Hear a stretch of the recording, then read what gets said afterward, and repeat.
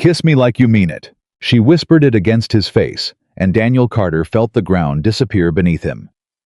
Because 24 hours ago, this woman had begged him to fake an engagement to save her from her family. And now Ryan Whitmore was watching from across that wedding reception with cold, calculating eyes.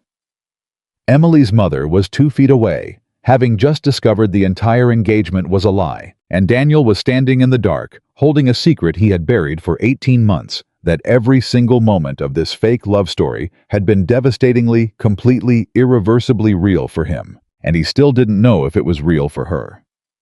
Before we go any further, if this is your first time here, hit that subscribe button right now and follow this story all the way to the end. Drop your city in the comments below so I can see just how far this story has traveled. All right, let's go back to where it all started. I have held strangers' hands while they were dying. I have talked people through panic attacks on the side of highways at 2 in the morning. I have stayed calm when everything around me was falling apart, because that is what you do when you are a paramedic.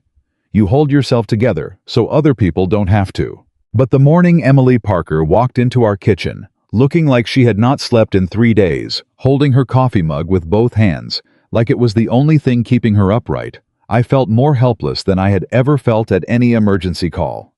Because I knew that look. And I knew that whatever she was about to ask me, I was going to say yes before she even finished the sentence. That is the problem with loving someone who does not know you love them. You stop protecting yourself. You just protect them instead. My name is Daniel Carter. I am 30 years old. I have lived in Portland, Oregon for 6 years, and for almost 2 of those years, I shared an apartment with Emily Parker. Here is what Emily was. She was 28, a freelance artist who worked from the kitchen table most mornings, who kept ink-stained fingers from working on her illustrations late into the night, who drank her coffee black when she was stressed and with oat milk when she was happy. I could tell her mood from across the apartment just by the color of her mug. She laughed at bad jokes and then immediately felt guilty for laughing. She always checked if other people had eaten before she made herself something. She left her shoes right beside the front door in a way that should have been annoying, but somehow never was. She hummed when she was nervous. Just low, barely audible, like a song she was only halfway singing. I noticed everything about her, and she thought I was just a good roommate. That was the deal we had made, not out loud.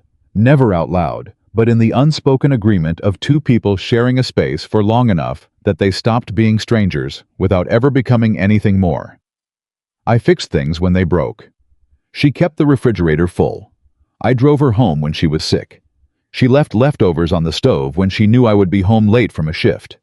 We had built something comfortable and real and completely safe, and I had convinced myself that safe was enough. I had convinced myself that I was fine. I was not fine. The morning everything changed. I had just come off a 12-hour overnight shift. I was still in my uniform.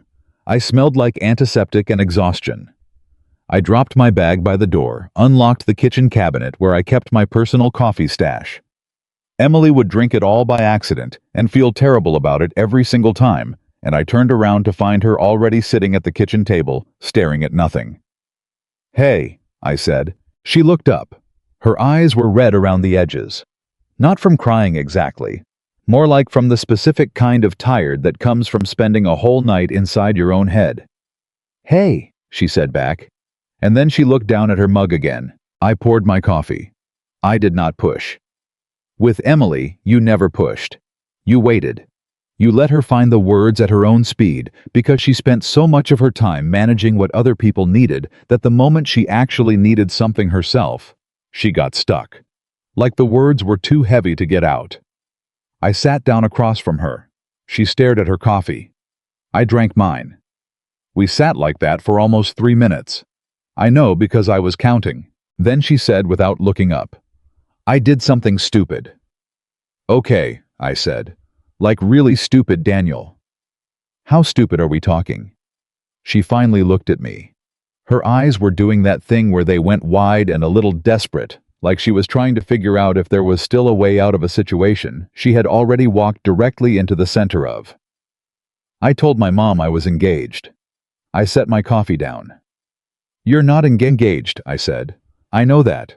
To anyone. I'm aware." Emily, I know. She pressed both hands flat on the table like she was trying to hold it still. Okay, I know.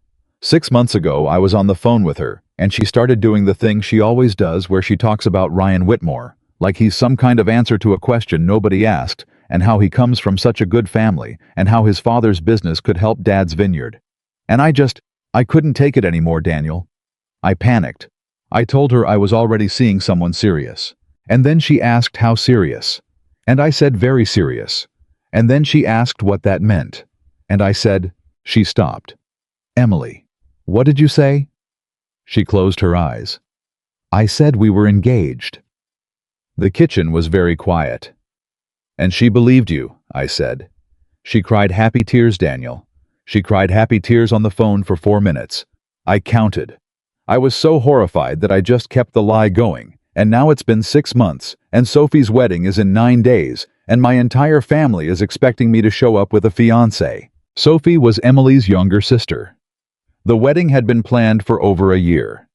The whole Parker family was going to be there. Her parents, her aunts and uncles, 3 cousins who still treated Emily like she was 15, and apparently based on things Emily had mentioned over the past few months in passing, Ryan Whitmore himself had been invited as a family friend. I let all of that settle for a moment. Then I said, "What's your plan?" She looked at me, just looked at me, and I understood the plan. Emily, I said carefully, "You're my best friend," she said. "You're the most trustworthy person I have ever met in my entire life. You're calm under pressure. You're good with people. You would never embarrass me or let me down or make things worse by accident. Emily. And you're available that weekend. I already checked your shift schedule. You checked my..." I stopped. I took a breath. "You want me to pretend to be your fiancé? For 1 weekend," she said immediately. "Just the wedding weekend. We go, we survive it, we come home, and then a few months later, I tell my mom, it didn't work out, and we broke things off quietly, and everybody moves on." 1 weekend, I repeated. Sophie's ceremony is Saturday. We'd get there Thursday night, leave Sunday morning. 3 days, Daniel. Maybe 60 hours total, most of which we'd be asleep. I looked at her across that table. Her hands were still flat on the surface. Her coffee was going cold. She had that particular expression she got when she was trying very hard to look like she was not terrified, which is how I always knew she was completely terrified. And here is the thing that I have never told anyone. In the space of about 4 seconds while she was watching me and waiting, I thought through every single reason I should say no. I thought about the fact that I had spent a year and a half carefully, deliberately keeping my feelings for her exactly where they belonged, locked away, invisible, harmless. I had built walls. They were good walls, strong walls, and walking into a situation where I would have to hold her hand in public and meet her family as her fiancé and sleep in the same house with her and pretend that everything I already felt was just a performance that was not going to do any good for those walls. I thought about that. I thought about all of it. And then I looked at her face, and I said, "Okay." She blinked. "Okay. Yeah, okay." Just like that. "Emily, you clearly haven't slept. You're going to stress yourself into a migraine if we don't make an actual plan in the next 5 minutes. So let's make a plan." I picked up my coffee again. "But first, I need you to understand something." "What?" "I am doing this as your friend, because you are clearly in over your head, and I am not going to let you walk into that house alone. But the moment it gets too complicated, the moment it stops helping and starts making things worse, we tell the truth." "Agreed." She exhaled. It was the longest exhale I had ever heard from a single human being. Like she had been holding her breath for 6 months straight, and I had just told her she could let it out. "Agreed," she said, and then she smiled at me. That smile that she saved for moments when something actually reached her, when something cut through all the careful layers she kept between herself and the world. That smile nearly wrecked me completely. I looked back at my coffee. "So," I said, "tell me everything about this fiancé you made up." She pulled her chair around to sit beside me and opened her phone and we spent the next 2 hours building a version of our relationship that had never existed. We gave ourselves a first date, a coffee shop on Burnside, that we actually had been to together so we could both describe it without lying about the details.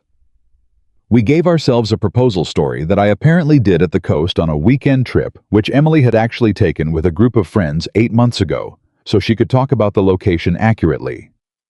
We gave our relationship a timeline that fit neatly between moments that had really happened, so nothing was too far from the truth. Middle names, I said. What? Your family is going to try to catch us. One of the first things people do when they're suspicious of a couple is ask middle name questions. What's my middle name? James, she said immediately.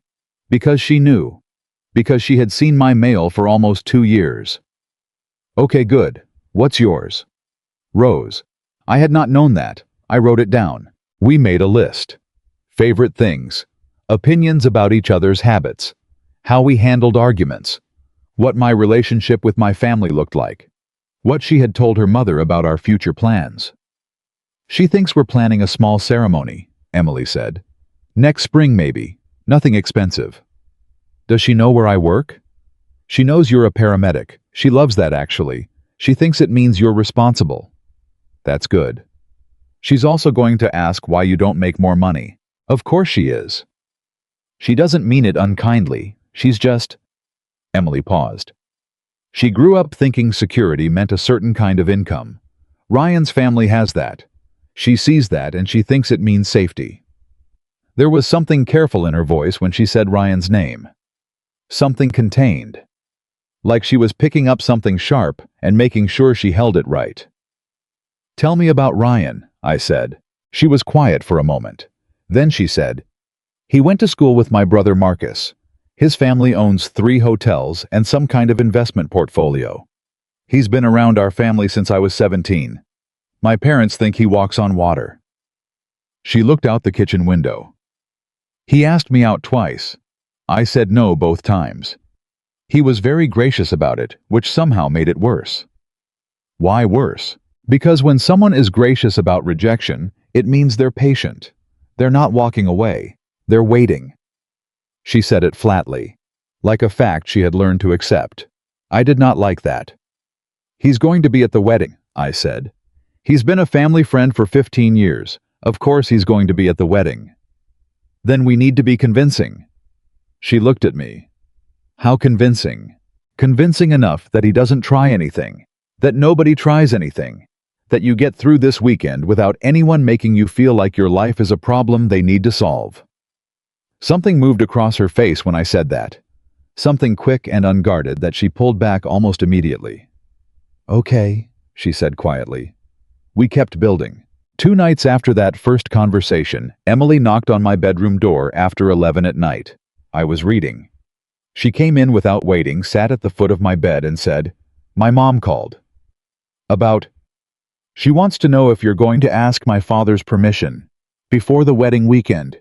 She thinks it would mean a lot to him. I looked at her. She wants me to call your father. I told her you'd already asked, 3 months ago, that Dad had given us his blessing.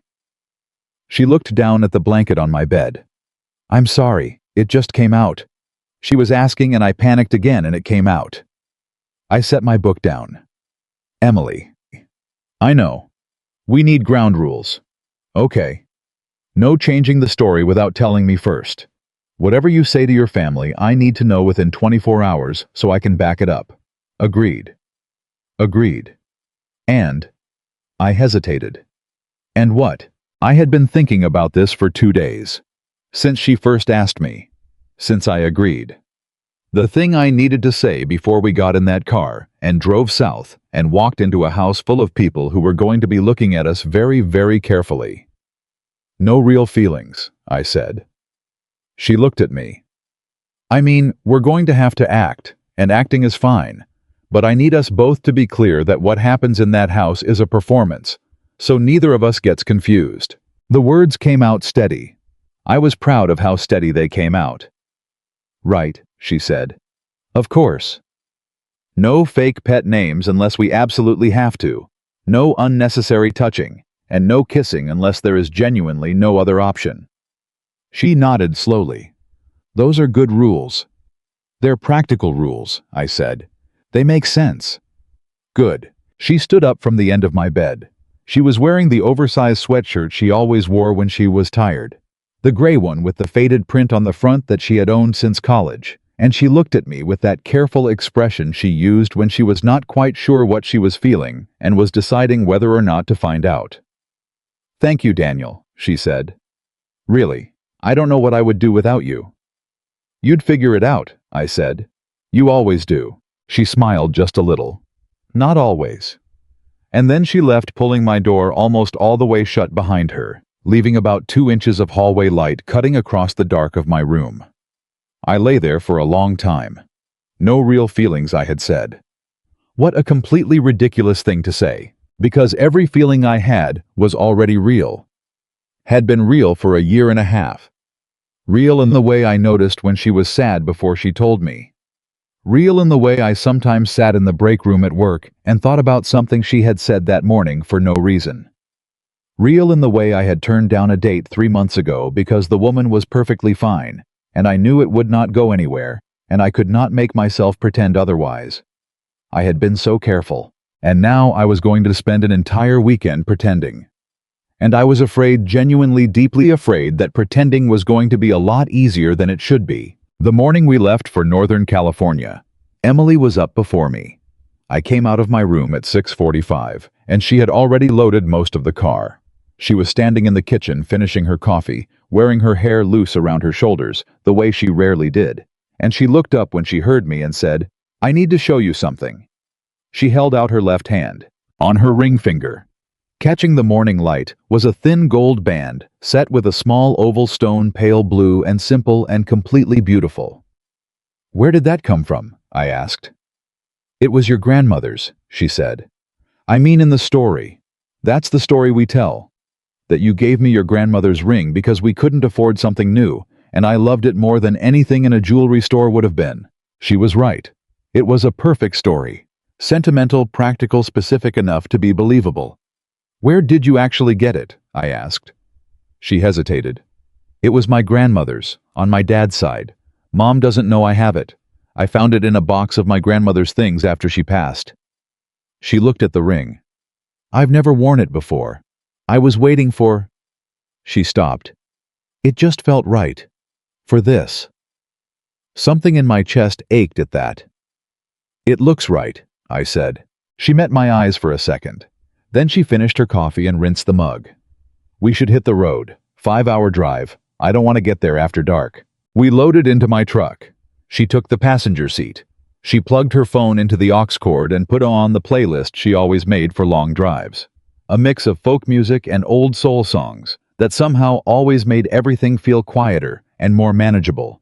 And we pulled onto the highway just as the sun was coming up over the east side of the city. She started humming after about 20 minutes.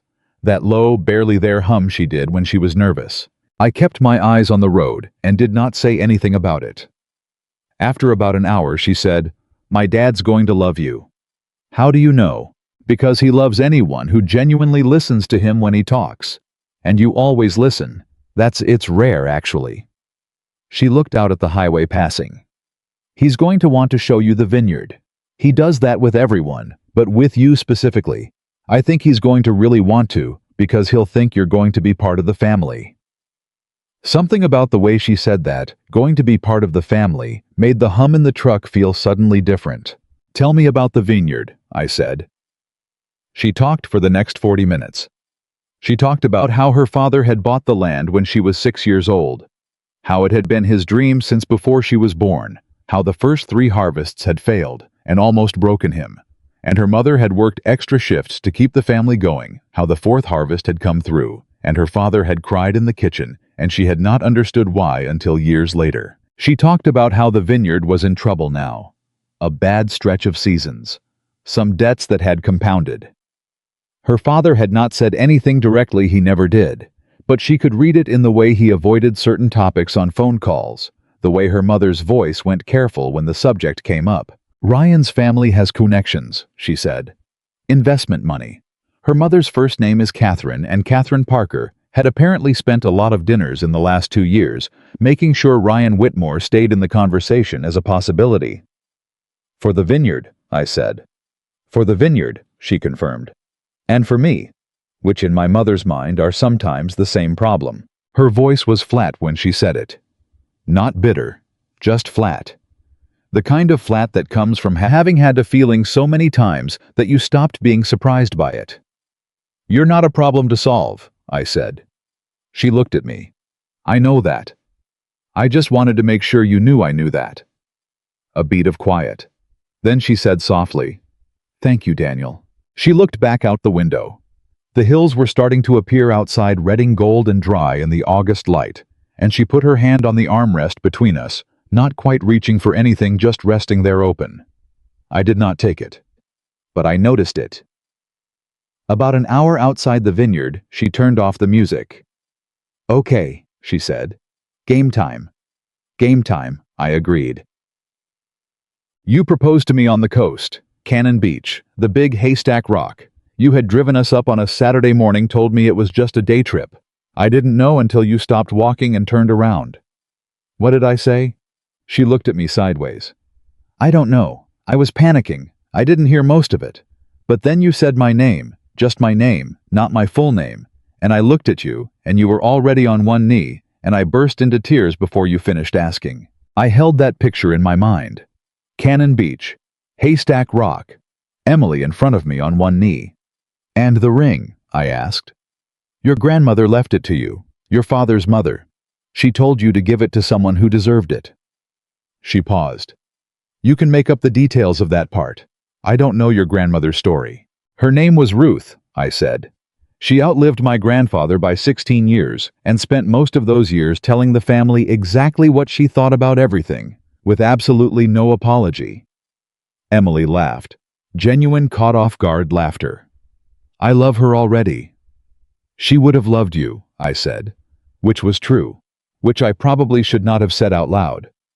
Emily glanced at me. She did not say anything for a moment. Then, "Okay, Mom is Catherine. She's going to be warm on the surface and watching everything underneath. Do not tell any story with too much detail. She'll spot where you're filling in gaps. Just be specific and then stop." "Got it." "Dad is William, but everyone calls him Will. He's going to shake your hand too hard because he's nervous and covering it. Shake back just as hard. He'll respect that." "Sophie. Sophie's the best person in that family. She already knows the engagement is recent, and she already thinks it's romantic. She's not going to ask hard questions. She's going to want details about the proposal because she loves that kind of thing." "Marcus." She hesitated. "My brother is going to be suspicious. He's protective. He ran a background check on Sophie's husband before they got engaged, which Sophie was both furious about and secretly touched by. He's going to try to trip you up." "How?" "He'll ask about your work, your family, your finances. He does not care about money specifically, but he cares about whether you are serious, whether you are the kind of person who stays." She said the last word with a particular weight, like it meant more than just the obvious thing. "What happened to make him like that?" I asked. She looked out the window. "My dad had a heart attack 4 years ago. Mild, but it scared all of us. Marcus had just moved out to Sacramento. He drove back the same night, and he's basically never fully left since. He took over managing the vineyard accounts when Dad got sick. He's been holding things together quietly ever since." She paused. "He's just tired. And when people are tired, they get careful about who they let close." She said it with such simple understanding that I had to look at the road. I understood Marcus completely. We turned off the highway and onto a long private road, and I could see the vineyard stretching out on either side, rows and rows of vines, heavy with late summer growth. The main house sitting back at the end of the road with lights warm in the windows, and Emily made a sound beside me that was not quite a word, just a breath, small and complicated. "Hey," I said. She looked at me. "We've got this," I said. She did not smile exactly, but something in her shoulders came down a fraction. "Yeah," she said quietly. "We do." I pulled the truck up to the house and cut the engine. And for 1 second in the quiet before everything began, I looked at the ring on her finger, catching the last light of the afternoon, and I thought about what she had said. I was waiting for it to feel right. Then the front door of the house opened, and Catherine Parker appeared at the top of the porch steps, and she looked at Emily, and then looked at me, and even from 20 feet away, I could see her eyes doing exactly what Emily had warned me about. Warm on the surface, watching everything underneath. I got out of the truck. I straightened up. I walked to Emily's side without thinking about it, and I put my hand at the small of her back, just lightly, just there, and I felt her breathe in through her nose, steadying herself. And we walked toward her family, together. That was the moment I knew I was in more trouble than I had let myself admit. Because the problem with loving someone who doesn't know you love them is that the moment you stop hiding it from yourself, it does not go quietly back into the box. It just sits there, right at the surface, waiting for someone to press too hard. And when Catherine Parker came down those steps and took my hand in both of hers and said, "Daniel, we have heard so much about you. We are so happy you're going to be part of this family." I smiled. I shook her hand. I said all the right things. And somewhere underneath all of that, in the part of me that had been very careful for a very long time, something began to come loose. Catherine Parker had the way of making you feel completely welcome and completely examined at the same time. She hugged Emily first, long tight, the kind of hug that said, "I missed you, and also I have so many questions." And then she turned to Daniel with both hands extended, took his right hand in both of hers, and held it just a beat longer than a normal greeting while she looked at him. Not rudely, not obviously, just long enough to take inventory. "You're taller than I imagined," she said. "Mom?" Emily said immediately.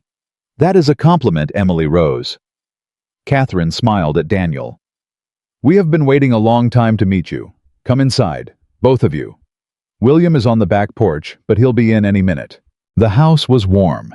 It smelled like roasting garlic and old wood and something sweet from the oven. Daniel took it all in without appearing to the way he had learned to take in emergency scenes quickly, quietly cataloging what mattered. Family photos on the hallway wall, a stack of wedding-related papers on the side table near the door, a pair of men's work boots by the back entrance worn at the heels, a woman's reading glasses on the kitchen counter beside an open cookbook. He built a picture of who lived here. And then William Parker came through the back door. He was a big man, broad through the shoulders, in a way that age had not entirely taken from him, with Emily's same dark eyes, and a handshake that came fast and firm, exactly the way Emily had predicted. Daniel shook back just as hard. William's grip tightened for a fraction of a second, testing, and then released, and something in the older man's expression shifted almost imperceptibly toward approval. "Good drive up?" William asked. "Yes, sir. Clear roads most of the way." "You drove?" "My truck, yes." William nodded. "Emily said you drive an F-150. 3 years old. Good truck." "I've had a Silverado for 11 years, William said. "Never let me down once." "That's a good truck too," Daniel said. And William Parker almost smiled. It was the smallest thing. A twitch at the corner of his mouth. But Emily caught it from across the kitchen, and she looked at Daniel with the exact expression of someone watching a person she knows very well do something surprising. Catherine put food on the table within 20 minutes. Pasta salad bread still warm from the oven, a bottle of the vineyard's own red opened and breathing in the center of the table. Sophie arrived just as they were sitting down. She came through the front door in a rush of energy and white dress and dark curly hair, slightly out of breath talking before she even had her shoes off. "I'm not late. I was helping Marcus with the seating chart, and he kept moving tables, and I finally told him the bride outranks the best man in all decisions. Final answer, no appeals, Daniel." She stopped. She looked at him with wide, bright eyes. "Oh, you're really here. You're real." Emily laughed. "Sophie, this is Daniel. I know who he is." Sophie crossed the kitchen in 4 steps and hugged Daniel like she had known him for years, full and unself-conscious. "Emily talked about you for months before she told us you were together. Months. I said to Marcus, whoever this Daniel is, he's already her person. She just hasn't figured it out yet." Daniel felt Emily go very still beside him. "Sophie," Emily said, her voice carefully light, "I'm just saying what I observed. Sophie pulled back and looked at Daniel seriously. "Do you make her happy?" The table went quiet. It was a direct question from a 25-year-old who had apparently not inherited her mother's subtlety, and everyone at the table, Catherine, William, Emily, all waited. Daniel looked at Emily. She was looking back at him. Her expression was the one she used when she was trying not to show what she was feeling, which meant she was feeling something she had not expected. "I try," Daniel said. "Every day." Sophie pressed her lips together like she was containing something enormous. "That," she said, pointing at Daniel, "is the right answer." She sat down. Dinner resumed. But the shape of the table had shifted slightly, the way a room shifts after someone opens a window, the same space, but the air moving differently. Marcus arrived late. He came in quietly, which was somehow louder than if he had announced himself. He was 33, leaner than his father, with a careful, watchful quality that reminded Daniel of experienced ER nurses. People who had seen enough to know that the situation presenting was not always the situation actually happening. He shook Daniel's hand with the focused attention of someone filing information. "Emily talks about you," Marcus said. "Good things, I hope," Daniel said. "Mostly." Marcus sat down. "She said you work nights sometimes. 4 days on, 4 days off, rotating schedule. Long shifts. 12 hours usually, sometimes longer." Marcus reached for the bread. "And when she's working on a deadline and stressed out of her mind at 2 in the morning, what do you do?" It was not a casual question. It was dressed as one, but it was not. Daniel did not hesitate. "I make sure there's coffee, and I don't talk unless she wants to talk. She thinks better when it's quiet." Marcus looked at him for a moment. Then he looked at Emily. Emily was looking at her plate. Marcus said, and started eating, and the conversation moved to other things. But Daniel noticed that Marcus kept watching, kept cataloging. The way Daniel himself did quietly from the edges, putting a picture together piece by piece. I understood Marcus completely. He just hoped Marcus did not understand him the same way. After dinner, William took Daniel to the back porch. Just the two of them. Catherine had made a pointed comment about giving them a moment to get acquainted, which everyone in the room understood to be a directive rather than a suggestion. Emily had caught Daniel's eye as he stood up, and she had given him the smallest nod. "You've got this," and he had followed her father outside into the cool night air. William poured 2 glasses from a different bottle. Not the wine from dinner. Something older with a darker label. "This is from the 2019 harvest," William said. "Best year we've had in a decade." Daniel tasted it. He was not a wine expert, but he could tell it was good. Full and complex, with something in the finish that stayed. "That's excellent," he said. William looked at his own glass.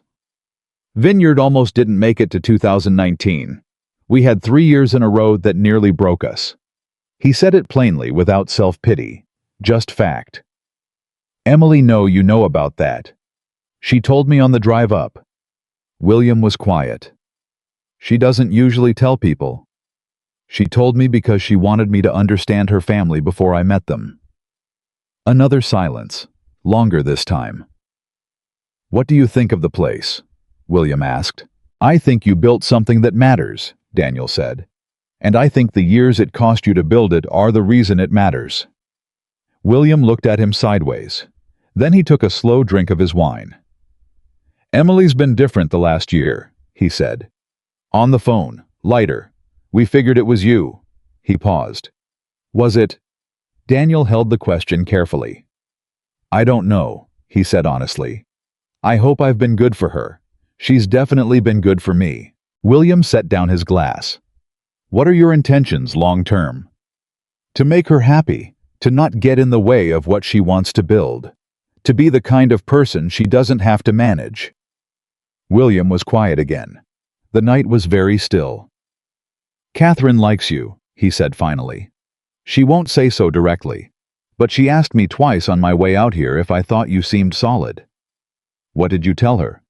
"I told her I'd let you know." He reached over and picked up his glass again and took another drink, and something about the set of his shoulders changed, loosened just slightly. "You seem solid," William said. Daniel breathed out slowly and hoped it did not show. They went back inside. Sophie had corralled Emily at the kitchen table with the wedding seating chart and was asking her opinion on whether Table 7 should be reorganized, and Emily was giving her full and genuine attention in the way she always did, leaning in over the paper, pointing at something, laughing at whatever Sophie said in response. Daniel stood in the doorway and watched her for a second. Just a second. Marcus appeared beside him. "She hasn't laughed like that in a while," Marcus said. Quiet, not unkind, just observational. "Like what?" Daniel asked.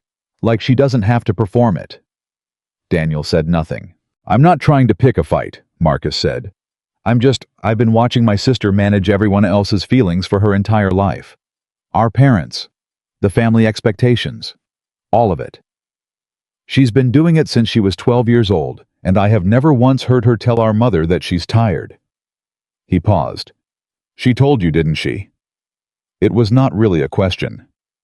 "Yes," Daniel said. Marcus nodded slowly. "Then you're either the most important person in her life or the biggest risk in it. And I haven't figured out which one yet." He walked away before Daniel could respond. And Daniel stood there watching Emily laugh with her sister over a seating chart, and he thought that Marcus was possibly the most perceptive person he had met in a long time, which was both reassuring and completely terrifying. They were given separate rooms. Of course they were given separate rooms. Catherine had shown them upstairs with a warmth that communicated absolute clarity. Emily's childhood room on the left, the guest room on the right, a bathroom shared between them. Not a word about expectations or propriety. Just the quiet, irrefutable architecture of the house, making a statement that required no narration. Daniel set his bag down in the guest room. He could hear Emily through the wall, the soft sounds of her moving around the creak of a floorboard, the quiet click of a lamp being turned off.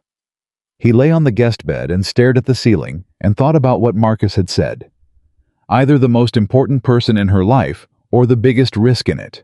He had known the answer to that since the kitchen table that first morning.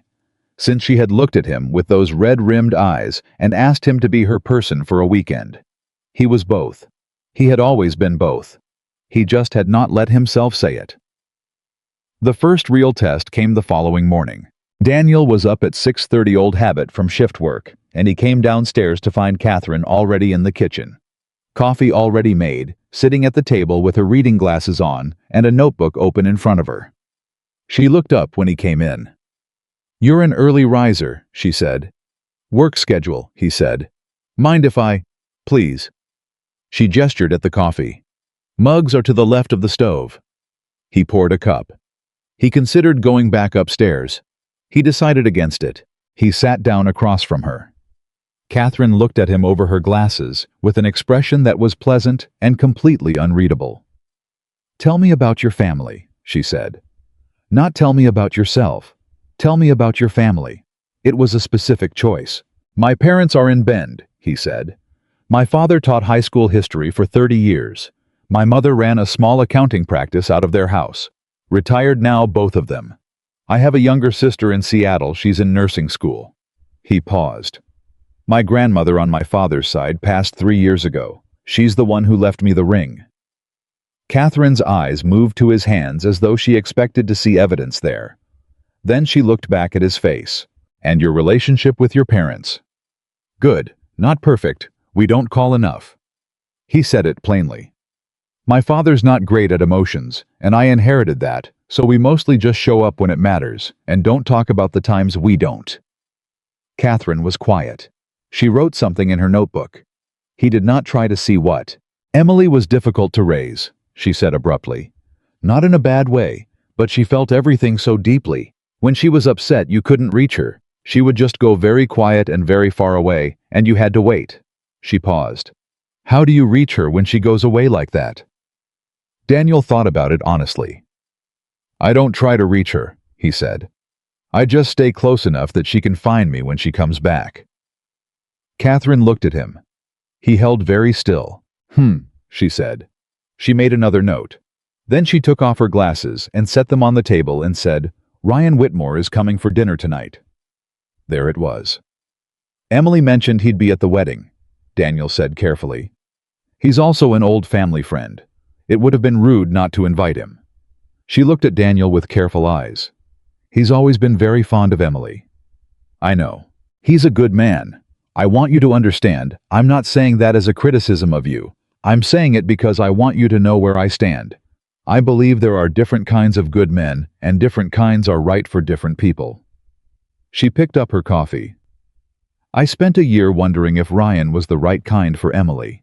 Then she called and told me about you. What did she say?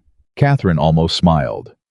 She said you drove her home from the hospital once when she had a terrible migraine and didn't say a word the entire drive because you knew the silence was what she needed. And that when you got to the apartment you just sat with her in the dark for an hour until she fell asleep. He had forgotten about that. It had happened in February 14 months ago. He had not thought of it as anything remarkable. I just didn't want her to be alone, he said. Catherine looked at him for a long moment.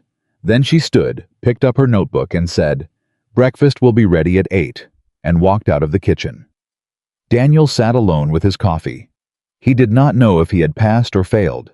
He suspected with Catherine Parker, those were not the only two options. Ryan Whitmore arrived at 6:30 that evening. Daniel heard him before he saw him.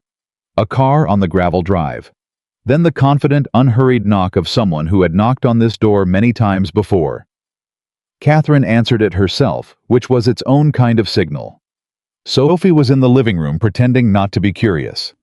Marcus was at the kitchen counter. William was on the back porch. Emily was beside Daniel on the sofa. She felt Ryan's arrival before she heard it. Daniel knew because her hand, which had been resting on his knee in the loose, almost unconscious way. They had both started to move around each other over the course of the day, tightened slightly. He covered her hand with his without thinking. She did not move it. Ryan Whitmore walked into the living room, and there was no honest way around this impressive to look at. 40 pounds of easy confidence wearing a well-fitted jacket, with the kind of relaxed, settled-in-his-skin quality that came from never having had to fight very hard for what he wanted. He was handsome in a catalog way. Symmetrical. Carefully maintained. He saw Emily first. And the way he looked at her, Daniel filed it immediately. Not aggressive, not hostile, just very, very certain. The look of a man who had decided on something and was willing to be patient about getting it. Emily. He crossed the room and kissed her cheek. Then he stepped back and looked at Daniel with a pleasant measuring expression. You must be Daniel. That's me, Daniel said. He stood. The handshake was firm from both sides. Ryan Whitmore. I've known Emily's family since we were teenagers. He smiled. It reached his eyes, which was somehow worse. She's told me about you. Good things, I hope, Daniel said. Of course. Ryan sat down in the armchair across from them, relaxed as if he owned it. Paramedic, right? That's important work. It is. Demanding schedule, I'd imagine. Long nights, rotating shifts. He said it conversationally, not pointed. Just placing the information on the table where everyone could look at it. It's demanding, Daniel agreed. Worth it. Absolutely. Ryan smiled again. Emily, you look wonderful. This air agrees with you. Thank you, Emily said. She had gone very calm. That particular trained calm she used when she was dealing with something she had decided to manage rather than feel. Daniel understood that calm. He had seen it before. He did not like seeing it now. Dinner was a performance on every level. Catherine had cooked something elaborate, which communicated that this was an occasion of importance.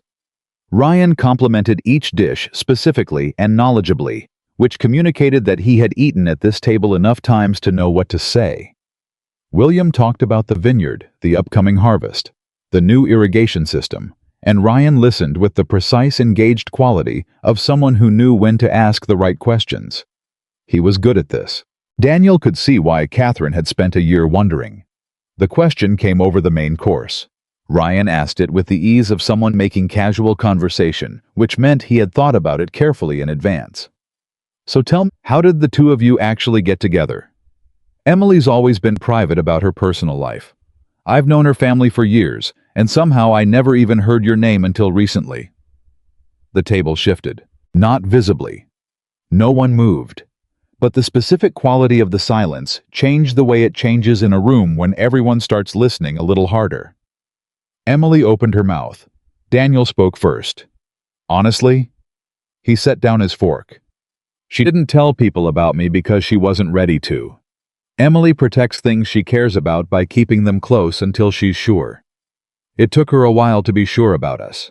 About me. And I wasn't going to push her before she was ready. Ryan looked at him. Something moved behind those polished eyes. Calibration, recalculation, and then it smoothed away. That's thoughtful, Ryan said. A man who can wait. When it's right, Daniel said simply. Waiting is easy. Emily's hand found his under the table. Not performed, not strategic, just found it and held it. Sophie made a small sound across the table that was too sincere to be embarrassing. Ryan picked up his wine. Well, he said pleasantly, that's wonderful. Catherine, this chicken is extraordinary as always, and dinner moved on. But Ryan did not look at Daniel the same way again for the rest of the evening.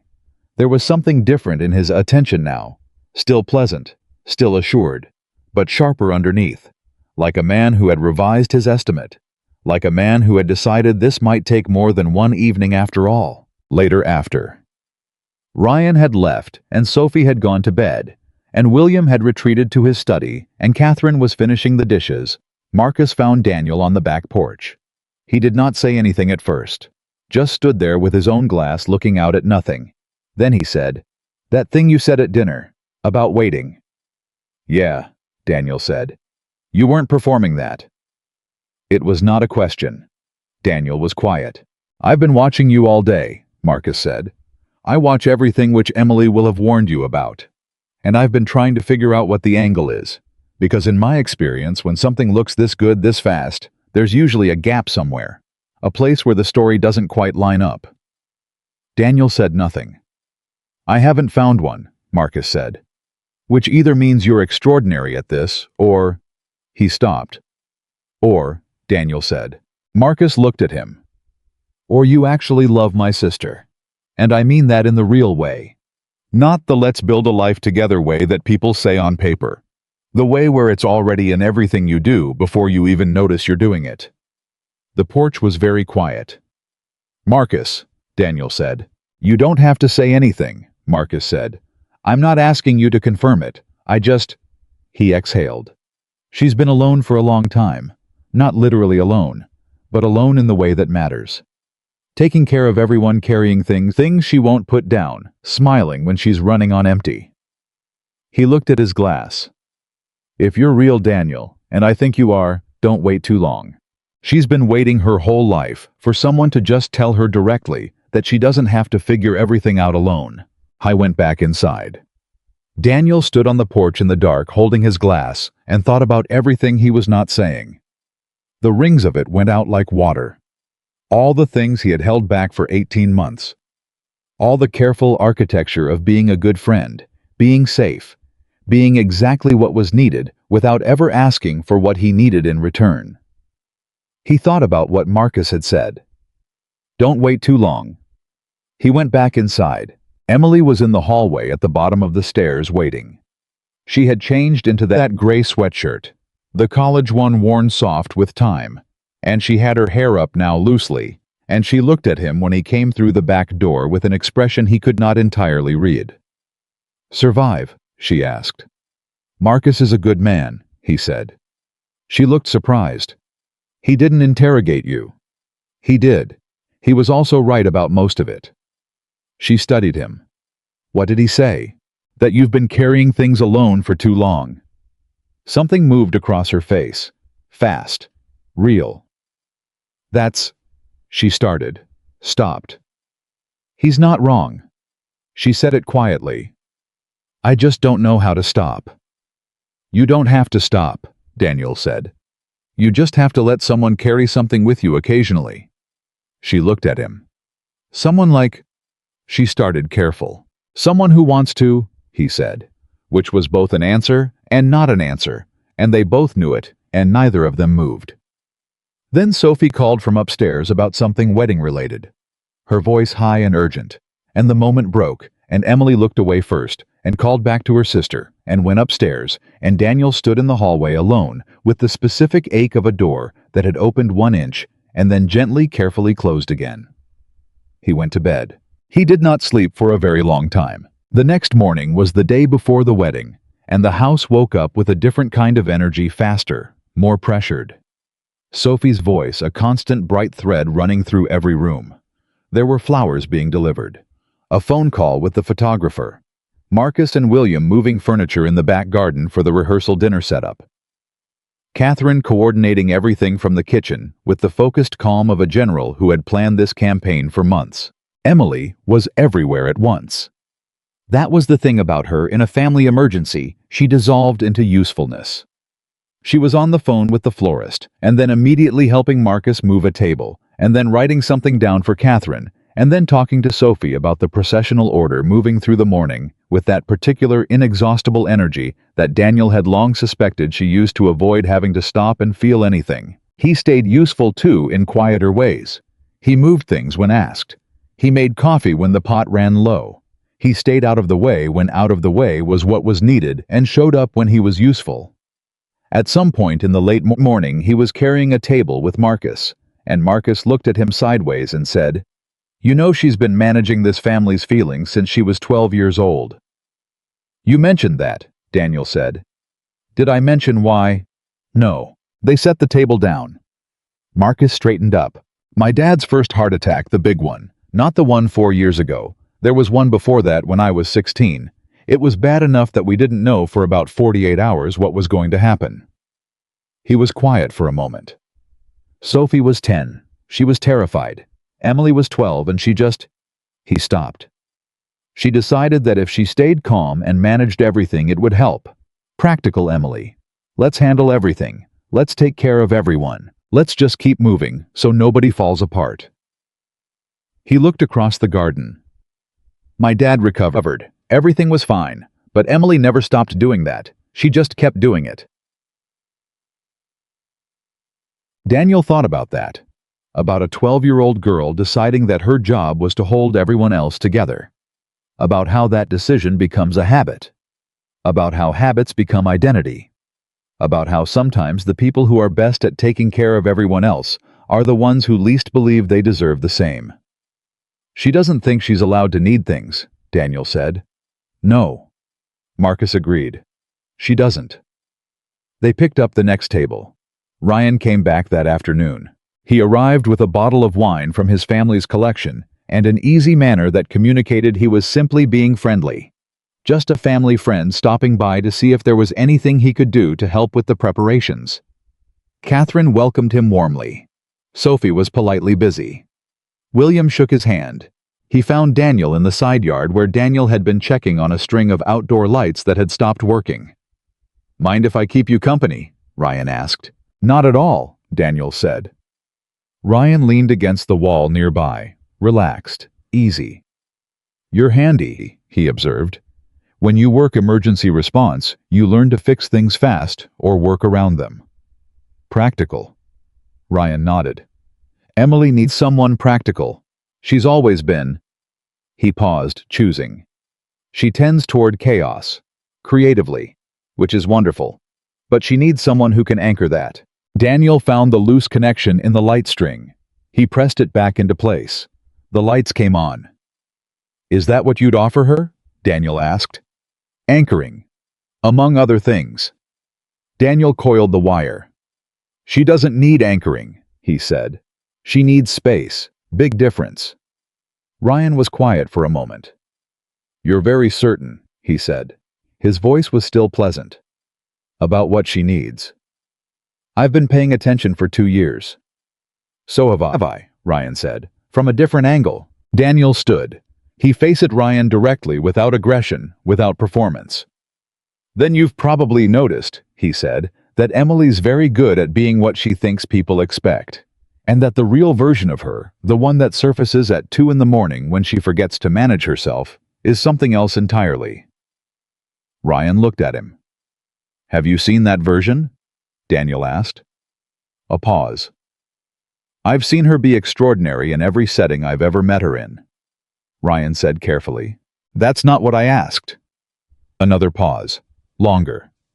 Ryan straightened away from the wall.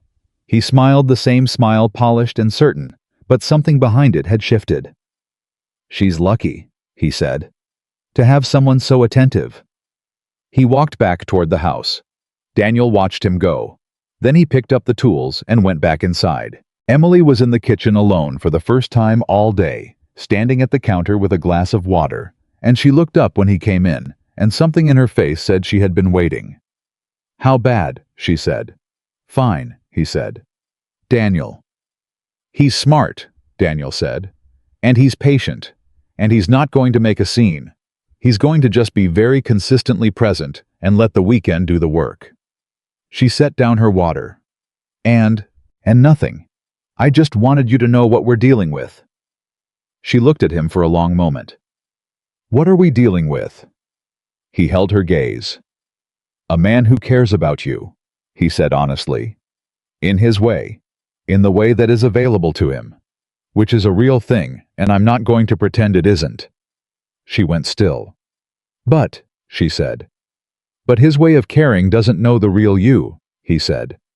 "And I think somewhere you've known that for a long time." The kitchen was very quiet. Emily looked down at the ring on her hand. The oval blue stone. Her grandmother's ring. Then she looked back at him.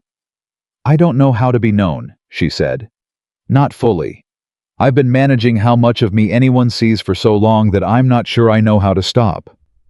"I know," he said. "That doesn't bother you." "No." "Why not?" He thought about the honest answer, about all the things he was carrying and not saying. "Because I already know you," he said simply. "The real version. You didn't have to give it to me, I just paid attention." She stared at him. Her eyes were doing the thing they did when something had reached her past all the management. Wide. Unguarded. And then Sophie burst through the kitchen door with a wedding emergency involving the wrong color ribbon on the centerpieces, and the moment broke apart like light through glass, scattering in every direction. Emily blinked, turned, became practical. Emily again, instantly the armor back in place. Daniel stepped back. He picked up his coffee. He reminded himself that he had rules. He reminded himself that the rules existed for a reason, but he was becoming increasingly less certain that the reason mattered anymore. Because the thing about standing close to someone you love and pretending you don't, the thing no one tells you is that at some point, the pretending requires more energy than the feeling. At some point, the lie becomes heavier than the truth. And Daniel Carter was getting very, very tired of carrying something that heavy alone. The rehearsal dinner was beautiful, and Daniel got through it on autopilot, said the right things, smiled at the right moments. Let Emily's hand rest in the crook of his arm when they walked into the garden and felt the specific delicate torture of being exactly close enough to touch and not allowed to mean it. Ryan was there. Ryan was always there, moving through the evening with his easy grace, keeping exactly enough distance to look appropriate and exactly enough proximity to make his presence felt. At one point during a lull between courses, he leaned across the table and said loud enough for Daniel to hear clearly, "Emily, do you remember that summer in Santa Barbara? Your parents' 25th anniversary trip, you got completely sunburned and refused to admit it for 3 days." Emily laughed. "I admitted it eventually." "You admitted it when you couldn't turn your head anymore." The table laughed. William laughed. Even Catherine smiled. And Daniel watched Emily laugh too. Genuine laughter at a genuine memory, and he felt something move through him that he had no clean name for. Not jealousy exactly. Something older and quieter. The particular ache of knowing that someone else has history with the person you love. Years of it. A whole architecture of shared moments that you will never have access to. He had 2 years of apartment life and a fake engagement. Ryan had 15 years of family dinners and sunburned summers. For the first time all weekend, Daniel felt the ground shift under him. Not because of Ryan, because of himself. Because of the question he had been refusing to ask. What exactly did he think was going to happen here? They were going to go home Sunday morning. Emily was going to break off the fake engagement quietly a few months later, and everyone would move on. He would go back to being the roommate, the good friend, the person in the next room. He had agreed to that plan, I had made those rules. He looked across the table at Emily, laughing at something Sophie had said, her eyes bright, the ring catching the light, and he thought very clearly and very specifically, I am running out of time. Not this weekend. Not this situation. But in general. He was 30 years old, and he had been in love with his best friend for 18 months, and the plan was to go home Sunday and put everything back the way it was. And standing there in the warm light of the rehearsal dinner, watching her be fully and completely herself, in a way she so rarely allowed, the thought that solidified in Daniel Carter's chest was clear and terrifying and completely undeniable.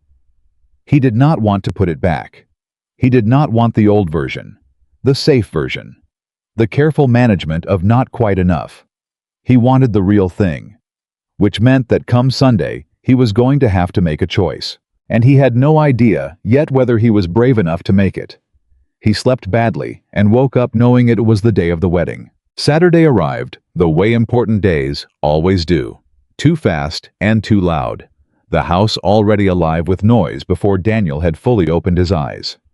He lay in the guest room ceiling staring at 6:53 a.m. and thought about what he had decided last night on the drive back from the rehearsal dinner.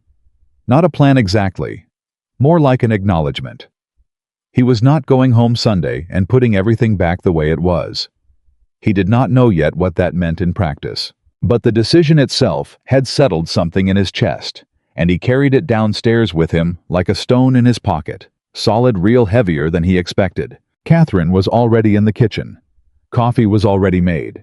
She looked at him when he came in and said without preamble, Sophie wants the ceremony flowers moved from the east arbor to the main garden. William says the ground is too uneven. They've been debating this since 6:15. Who's winning? Daniel asked. Sophie. She always wins eventually. I'm just waiting for William to figure that out. Daniel poured his coffee. He sat. Catherine sat across from him, and for a moment it was the same as the morning before, just the two of them in the quiet kitchen before the day swallowed everything whole. Then Catherine said, I owe you an apology. He looked up. When Emily called to tell us about the engagement, my first thought was not happiness. She said it directly without softening it. My first thought was whether it was too fast, whether it was a mistake, whether she was doing it to avoid something or run from something. She wrapped both hands around her mug. I did not ask her if she was happy. I asked her if she was sure, and those are not the same question. Daniel was quiet. She said she was sure, Catherine continued.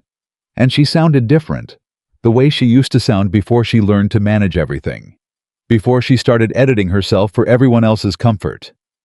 She looked at him steadily. I think I know why she sounds that way now. Catherine, he started. I'm not finished. Not unkind, just clear. I have spent 3 years trying to find the right answer for my daughter's future. I convinced myself it was about the vineyard, about stability, about practical things. But the truth is, I was afraid. Afraid she would end up with someone who couldn't handle her, who would eventually be frustrated by how much she feels and how little she admits to it. She paused. You don't seem frustrated. I'm not, he said. Why not? Because the thing you're describing, the way she manages herself, the way she edits, that's not a flaw. That's just what happens when someone has been needed for too long. It doesn't scare me. It just means she needs someone who doesn't need her to perform. Catherine looked at him for a long time. Then she said, she chose well. She stood, picked up her notebook, and left the kitchen. And Daniel sat there with his coffee, holding the specific, nauseating guilt of a man being thanked for something he had not yet earned. By 9 o'clock, the house had reached full velocity. Sophie was in her room with a small team of people managing hair and makeup. Marcus was on the phone with the caterers about a timing issue. William was dressed early and pacing the back porch in the way of a man who had too many feelings and nowhere useful to put them. Emily was everywhere and nowhere, appearing in doorways, disappearing around corners, always just on the other side of whatever room Daniel was in. He caught her in the upstairs hallway at 9:45. Just for a second. She was carrying 2 coat hangers and moving fast, and she almost walked directly into him coming the other way. She stopped, looked up. Her hair was half done. She was still in the oversized t-shirt she slept in. There was a small crease along her left cheek from the pillow. "Hey," she said, slightly breathless. "Hey," he said. "I haven't had coffee yet." "I know, I brought you this." He held out a mug. He had made it the way she drank it when she was stressed, black, no milk. She took it with both hands, drank half of it immediately, and made a sound of pure, uncomplicated relief. "You're my favorite person," she said. He wanted to say something. He held it back. "Go," he said instead. "Sophie needs you." She went. But she looked back once halfway down the hall over her shoulder with an expression he did not have a name for. He filed it away with all the others. The ceremony was at 11. Daniel stood beside William during the processional, which had not been the original arrangement, but which William had quietly requested that morning, and which Daniel had quietly accepted, because he understood that a father walking his daughter down the aisle sometimes needed another solid person standing nearby just in case. He understood that kind of need. He had seen it on ambulance calls 100 times, the way people reached sideways for a stranger when the person they needed most was not available. Sophie was radiant. Genuinely, completely, the word actually means something radiant. When she appeared at the end of the garden aisle, William made a sound beside Daniel that was barely audible and absolutely devastating, the sound of a father watching his daughter become something new. And Daniel put a hand briefly on the older man's shoulder, just for a second, without saying anything. William straightened, cleared his throat, walked. Emily was standing at the front as maid of honor, in a deep blue dress that he had not yet seen, and when Daniel took his seat and looked up and saw her standing there watching Sophie with her whole face open and unguarded, all that careful management gone for once in the brightness of the moment. He stopped pretending for just that second that he was fine. He was not fine. He had not been fine for a very long time. The ceremony lasted 40 minutes. The vows were personal and unscripted and made half the audience cry. Sophie's husband James cried first, which made Sophie cry, which made Catherine cry, which made William, standing now beside Daniel in the second row, make the jaw-tightening face of a man fighting very hard to maintain composure. "Don't tell anyone I cried," William said quietly after. "You didn't cry," Daniel said. "Thank you." By the time the ceremony ended and the celebration moved into the reception, Daniel had been introduced to approximately 40 people, as Emily's fiancé had shaken enough hands to feel the repetition in his palm, and had successfully answered questions about the proposal, the ring, their future plans, and his grandmother Ruth 3 separate times without contradicting himself once. Emily was good at this. She was warm and specific, and never oversold anything. She told the proposal story twice, and both times made it sound effortless, like something she had lived through and not invented over 2 hours at a kitchen table. She touched his arm when she talked to him naturally, the way people do when the person beside them is simply the person beside them. And the genuineness of it was so thorough that Daniel spent most of the afternoon in the specific discomfort of a man who cannot tell anymore where the performance ends. Then Ryan found them. It was 4 in the afternoon, midway through the reception, music playing, champagne flowing, the garden full of easy conversation. Ryan came across the grass with 2 glasses and a smile, and he said loud enough for the 3 nearest guests to hear clearly, "I want to propose a toast. To Emily, who deserves every happiness. And to Daniel, who apparently won the heart of the most extraordinary woman I've ever had the pleasure of knowing." The nearby guests raised their glasses. Someone said, "Hear, hear." It was perfectly done. Completely, surgically, impeccably done. Because it put Daniel in the position of either accepting the toast graciously, which required acknowledging Ryan's access to Emily's history, or rejecting it, which would have been inexplicable.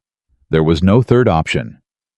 Ryan had closed the exit before Daniel had seen the door. "Thank you," Daniel said. He lifted his own glass. "Emily would tell you she's not extraordinary. She'd say she's just persistent." He looked at her. "But the persistence is how you know she means it.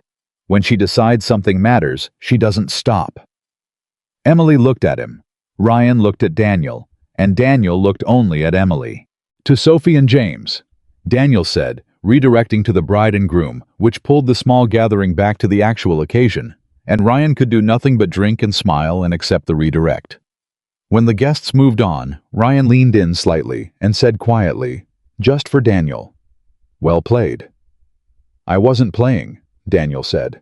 Ryan studied him for one long moment. Then he said, "No, I think you actually weren't." He stepped back. "She's lucky, Carter. I mean that genuinely." He walked away. Daniel watched him go. Then Emily said right at his shoulder, "What was that respect?" Daniel said. "I think." She looked at him sideways. "From Ryan. People surprise you." She was quiet for a moment, watching Ryan cross the garden. Then she said, "He's not a bad person." "No," Daniel agreed. "He's not. He just wants something that isn't his to want." She said it simply without drama and walked away toward Sophie. And Daniel stood there holding his champagne glass and trying to remember what he had been planning to say before the world moved on without him. The twist came at dusk. The lights had come on in the garden, warm and soft, and the music had shifted to something slower, and people were dancing in the loose, unpracticed way of wedding receptions, where no one is entirely sober, but everyone is entirely happy. Daniel had been at the edge of the dancing watching when Emily appeared beside him. "Dance with me," she said. "Emily." "We're engaged," she said simply. "We should dance." He took her hand. He led her to the edge of the dancing crowd. He put his hand at her waist. She put hers on his shoulder. They moved together the way they had been moving all weekend, easily, naturally, in the rhythm of two people who had spent 2 years learning each other's edges without ever intending to. "Thank you," she said quietly. "For what?" "For this whole weekend. For everything. For being—" She stopped. Started again. "For being so completely you." Something shifted in him at that. "What does that mean?" he asked. She looked up at him. They were close, dancing, close, the kind of close that exists in a separate category from regular proximity. He could see everything in her face from here. All of it. The things she managed and the things she couldn't quite manage in time. "It means you're not performing," she said.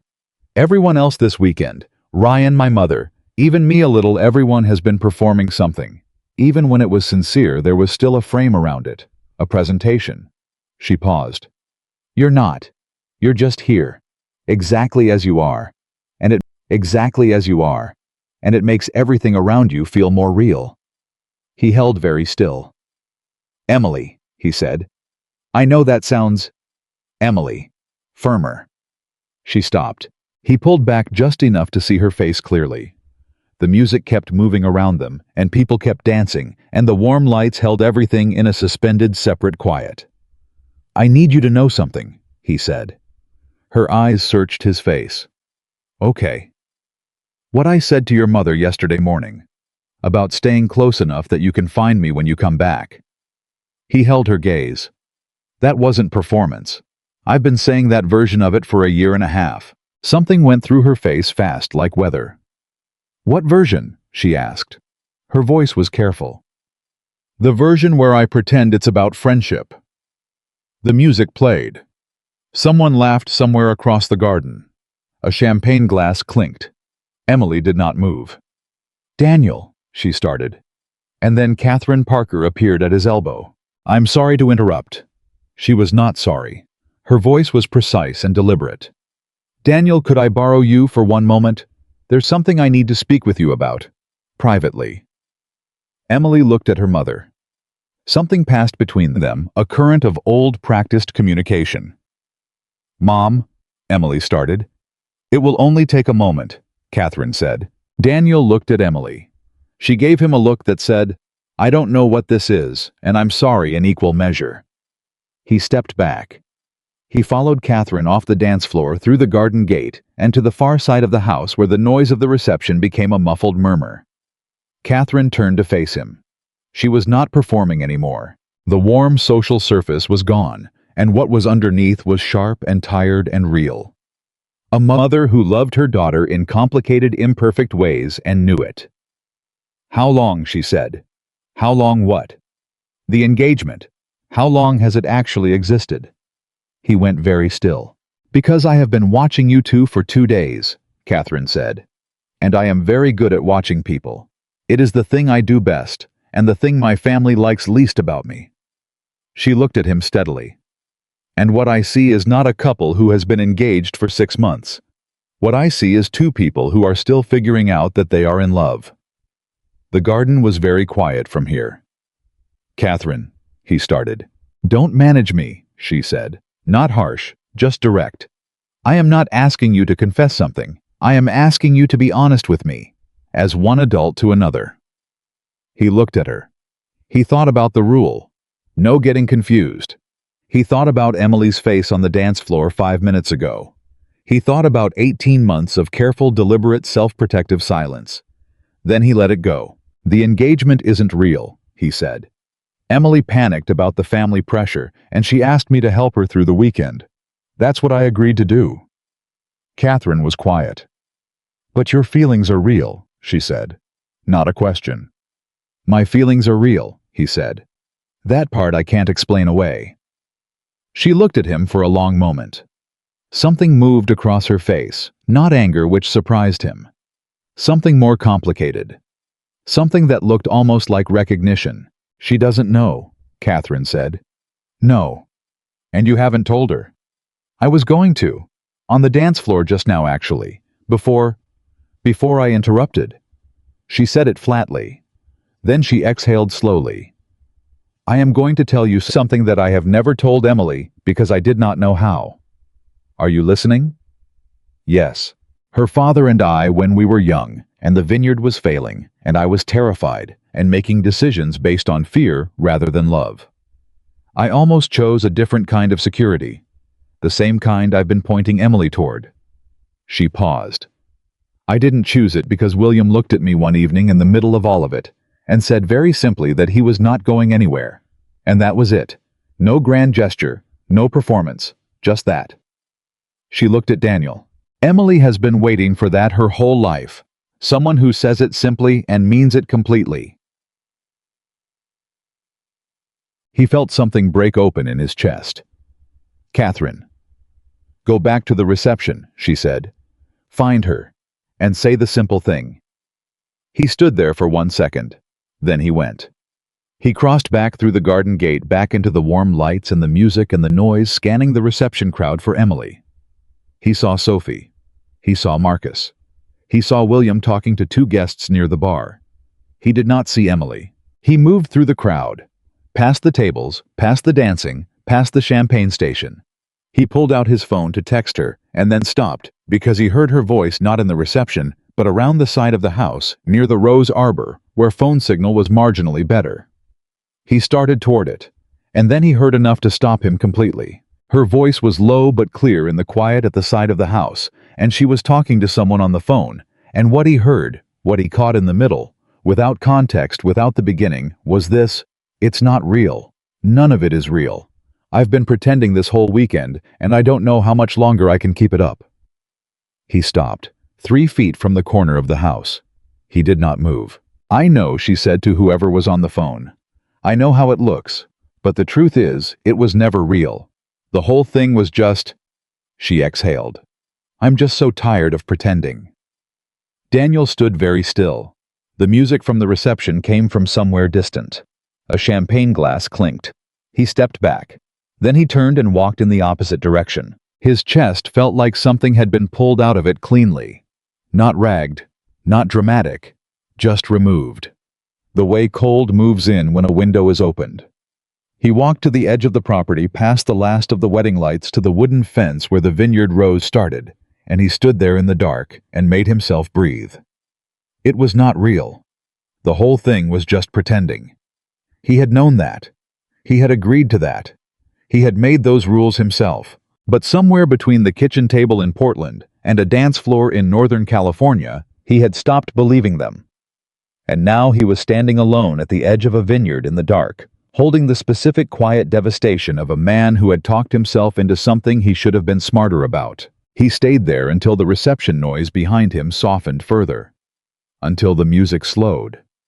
Until the sky finished its move from dark blue to full black, and the vineyard around him was just sound crickets, whined the distant clink of celebration, continuing without him. He thought about Sunday morning, about the drive back to Portland, about the apartment and the coffee mugs, and the careful, comfortable life they had built without ever naming it. He thought about going back to that. I thought, I don't know if I can. He thought, I don't know if I'm brave enough to say so. Behind him a footstep on the grass. He did not turn around. Emily said, "I've been looking for you." He said nothing. She came to stand beside him. Close, closer than necessary. The way she had been doing all weekend in all those unguarded in-between moments. "Daniel," she said. "I heard you," he said. "On the phone." Silence. "What did you hear?" she asked. Careful. That it's not real. He kept his eyes on the vineyard. That you've been pretending. That you're tired of it. She was quiet for a long moment. Then she said, "When did you hear that?" "About 40 minutes ago, side of the house." Another silence. "Daniel," she said, and her voice had changed. Something urgent in it now. "What exactly did you hear? What were the words? That none of it is real, that you're just pretending." "That's not—" She stopped. "That is not what that call was about." He turned to look at her. She was looking at him with an expression he had not seen from her before. Not managed, not contained, something wide open and almost frightened. "Then what was it about?" he said. She looked at him for a long moment. The vineyard was very quiet around them. "My friend Jade called," she said carefully. "She was asking about the weekend, about my family, about my mother's expectations and the vineyard and the pressure and Ryan." She paused. "I told her that none of it, the expectations, the pressure, the things my family is afraid of, none of that is real anymore. Not tonight. Not the way it usually is." She held his gaze.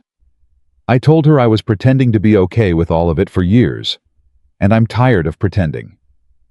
He stared at her. "It was about the pressure," she said. "The family stuff. Not—" She stopped. "Not you, Daniel. It was never about you." The ground under him did not move. But something in him shifted dramatically, the way large things shift slowly, then all at once. "You heard the middle of a conversation," she said quietly. "Without the beginning." He realized, standing there in the dark, that he had done exactly what he warned himself not to do. He had heard what he feared. Not what was said. "Emily," he said. "Yeah," she said. "I owe you an apology." "Maybe," she said. "But first I need you to tell me why it mattered that much. Why hearing those words did—" She gestured vague but precise at the space around them. "This. Why you came out here alone." He looked at her. She looked back. And the thing that had been sitting in his chest for 18 months, patient, heavy, real, finally ran out of room to hide. "Because I am in love with you," he said. "The real version. The version that's been there since long before this weekend, and has nothing to do with a fake engagement or a family vineyard, or any of the story we built in our kitchen."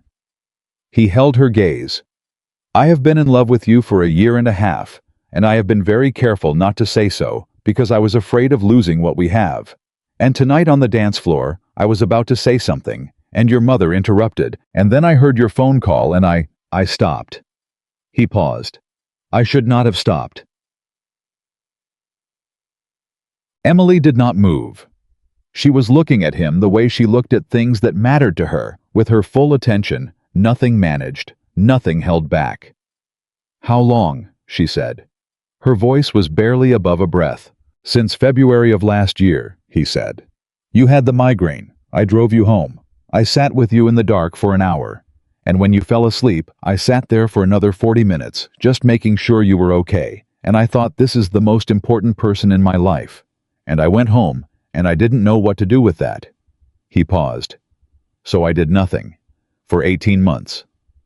Something moved across her face. Not surprise. Not quite. Something more like recognition. "Daniel," she said. "I know the rules I made," he said. "I know what I agreed to. This weekend was supposed to be simple and clean and—" "Daniel." Firmer. He stopped. She took one step toward him and looked up at him in the dark, with the ring on her finger, catching the distant light, and her whole face unguarded and real and close, and she said, "Ask me what the real thing was that scared me this weekend." He looked at her. "What scared you?" "You," she said. "The way you looked at my dad on the porch. The way you talked to Marcus. The way you made my mother, who does not easily trust you in 48 hours. She paused. "The way you brought me coffee this morning exactly how I needed it without me asking. The way you stopped Ryan Whitmore with 4 sentences at dinner without raising your voice. The way you said my name on the dance floor just now, right before my mother came over, and I knew I could feel it that you were about to say something that was going to change everything." She held his gaze. "And it scared me because I want it," she said. "I want whatever you were about to say. I've been trying to talk myself out of wanting it all weekend because the rules said we were pretending, and rules keep things safe." Her voice was steady, but her eyes were not. "But I am so tired, Daniel. I am so tired of keeping things safe." The vineyard stretched out dark and still around them. The reception music played faint and far away.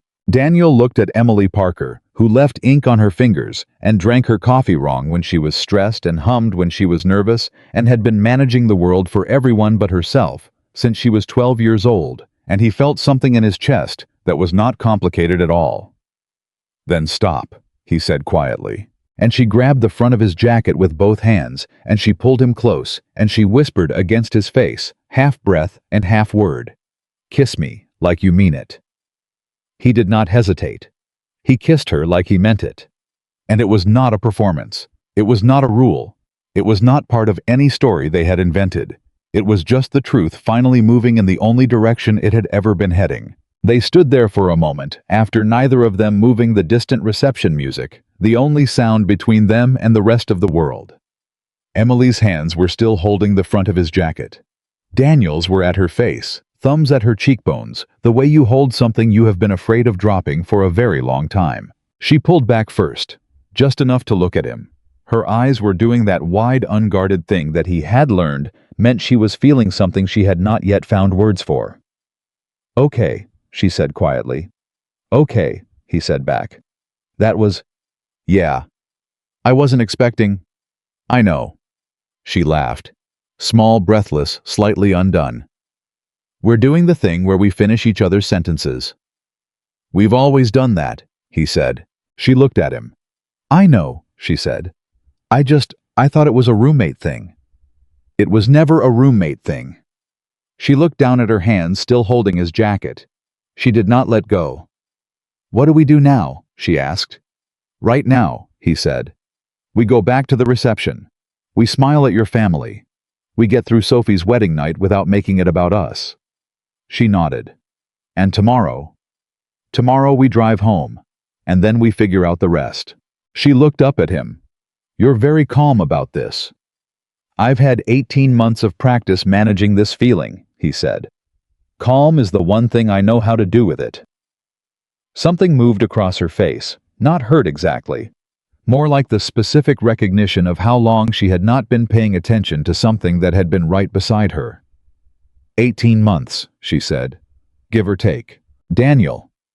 She said his name the way she sometimes did in the apartment, not calling him, not asking anything, just saying it, like it was its own complete sentence. "Come on," he said softly. He stepped back. He took her hand. "Your sister got married today. Let's go celebrate that."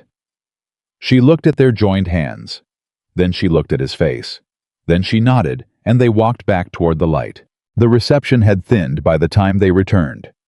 The dancing crowd was smaller, looser, the kind of late evening configuration where only the people who genuinely wanted to be there remained. Sophie was on the dance floor with James, both of them in their own world, completely unaware of anything outside the radius of each other's arms. Marcus saw them come back through the garden gate. He saw their joined hands. He looked at Daniel's face, then at Emily's face, and his expression did something complicated, and then settled into something that looked almost like relief. He raised his glass slightly, just barely, in Daniel's direction. Not celebratory, just acknowledgement. Daniel nodded back. Catherine was at the far table with 2 of her sisters deep in conversation, and she did not look up when they came back. But Daniel noticed as they passed near her table that her shoulders had come down from where she had been carrying them all weekend. He did not know what that meant yet. He suspected he was about to find out. William found Daniel at the bar at 9:45. The older man did not say anything at first. He just stood beside Daniel and gestured at the bartender for two of whatever Daniel was having, and when the glasses came, he picked his up and looked out at the remaining reception guests. "Sophie happy?" Daniel asked. "Completely," William said. "She married a good man. I had my doubts about James for about 6 months. Then I watched him change a flat tire in the rain for a stranger without hesitating, and I stopped doubting." Daniel smiled slightly. "That's a good test. Best one I know." William drank. "Emily tell you about the vineyard?" "Some," Daniel said carefully. "We're in trouble," William said plainly. "Have been for 2 years. I've been managing it quietly because I don't want my kids to carry it. Marcus figured it out anyway because Marcus figures everything out.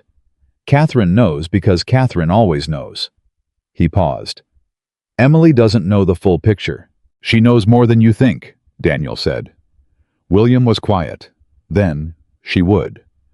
"She's been worried about you since before she told me anything about the financial situation. The worry came first. The details filled in later." William turned his glass in his hands. "Ryan Whitmore's family made an offer last year. Investment. Long-term partnership. Full terms, fair percentage, nothing predatory." He said it like a man reading a legal document he has memorized against his will. It would solve the immediate problem, probably the 5-year problem. "But," Daniel said, "but Catherine and I have never agreed on what it would mean for Emily. Catherine thinks financial security is its own kind of love. I think—" He stopped. "I think you can love someone straight into a life they didn't choose by solving problems on their behalf." The two men stood at the bar in the kind of silence that existed between people who understood each other without having to explain themselves. "I would rather lose this vineyard," William said quietly, "than watch my daughter spend her life pretending she made the right choice." Daniel looked at him. William looked back. "I know what this weekend was," the older man said.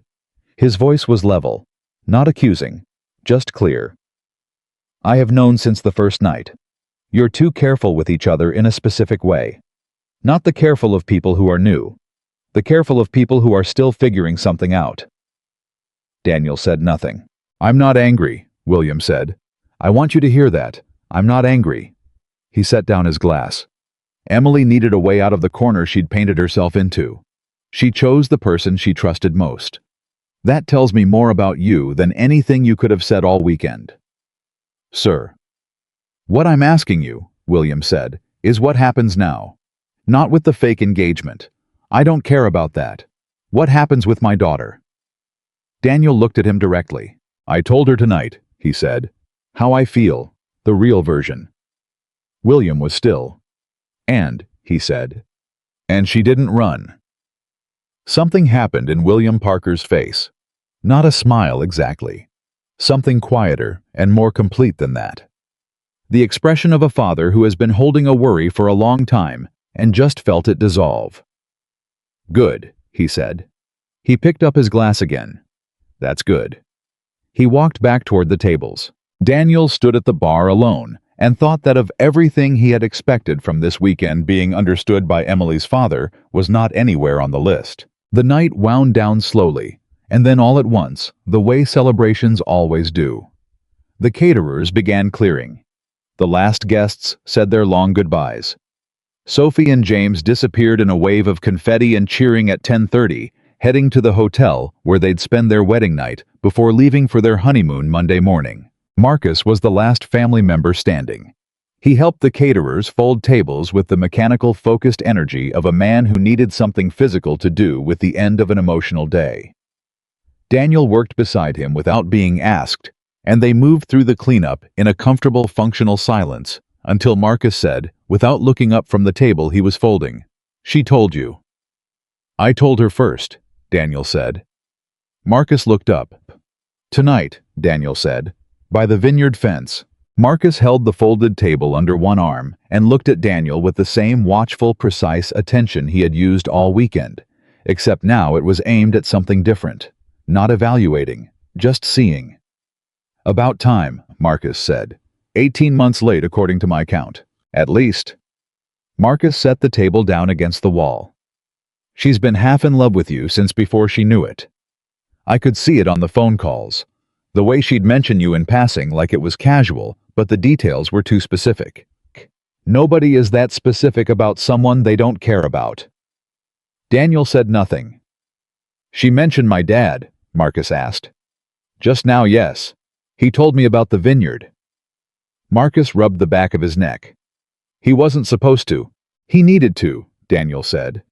I think he needed someone outside the family to hear it. Marcus looked at him for a long moment. You going to try to fix it? That's not my place. No, Marcus agreed. It's not. Something in his posture settled. But having someone around who understands the situation without needing to be managed through it. He paused. That's worth something. I'm not going anywhere, Daniel said. It was the simplest thing he had said all weekend. And Marcus Parker, who did not trust easily and showed it nodded once, picked up another table and kept working.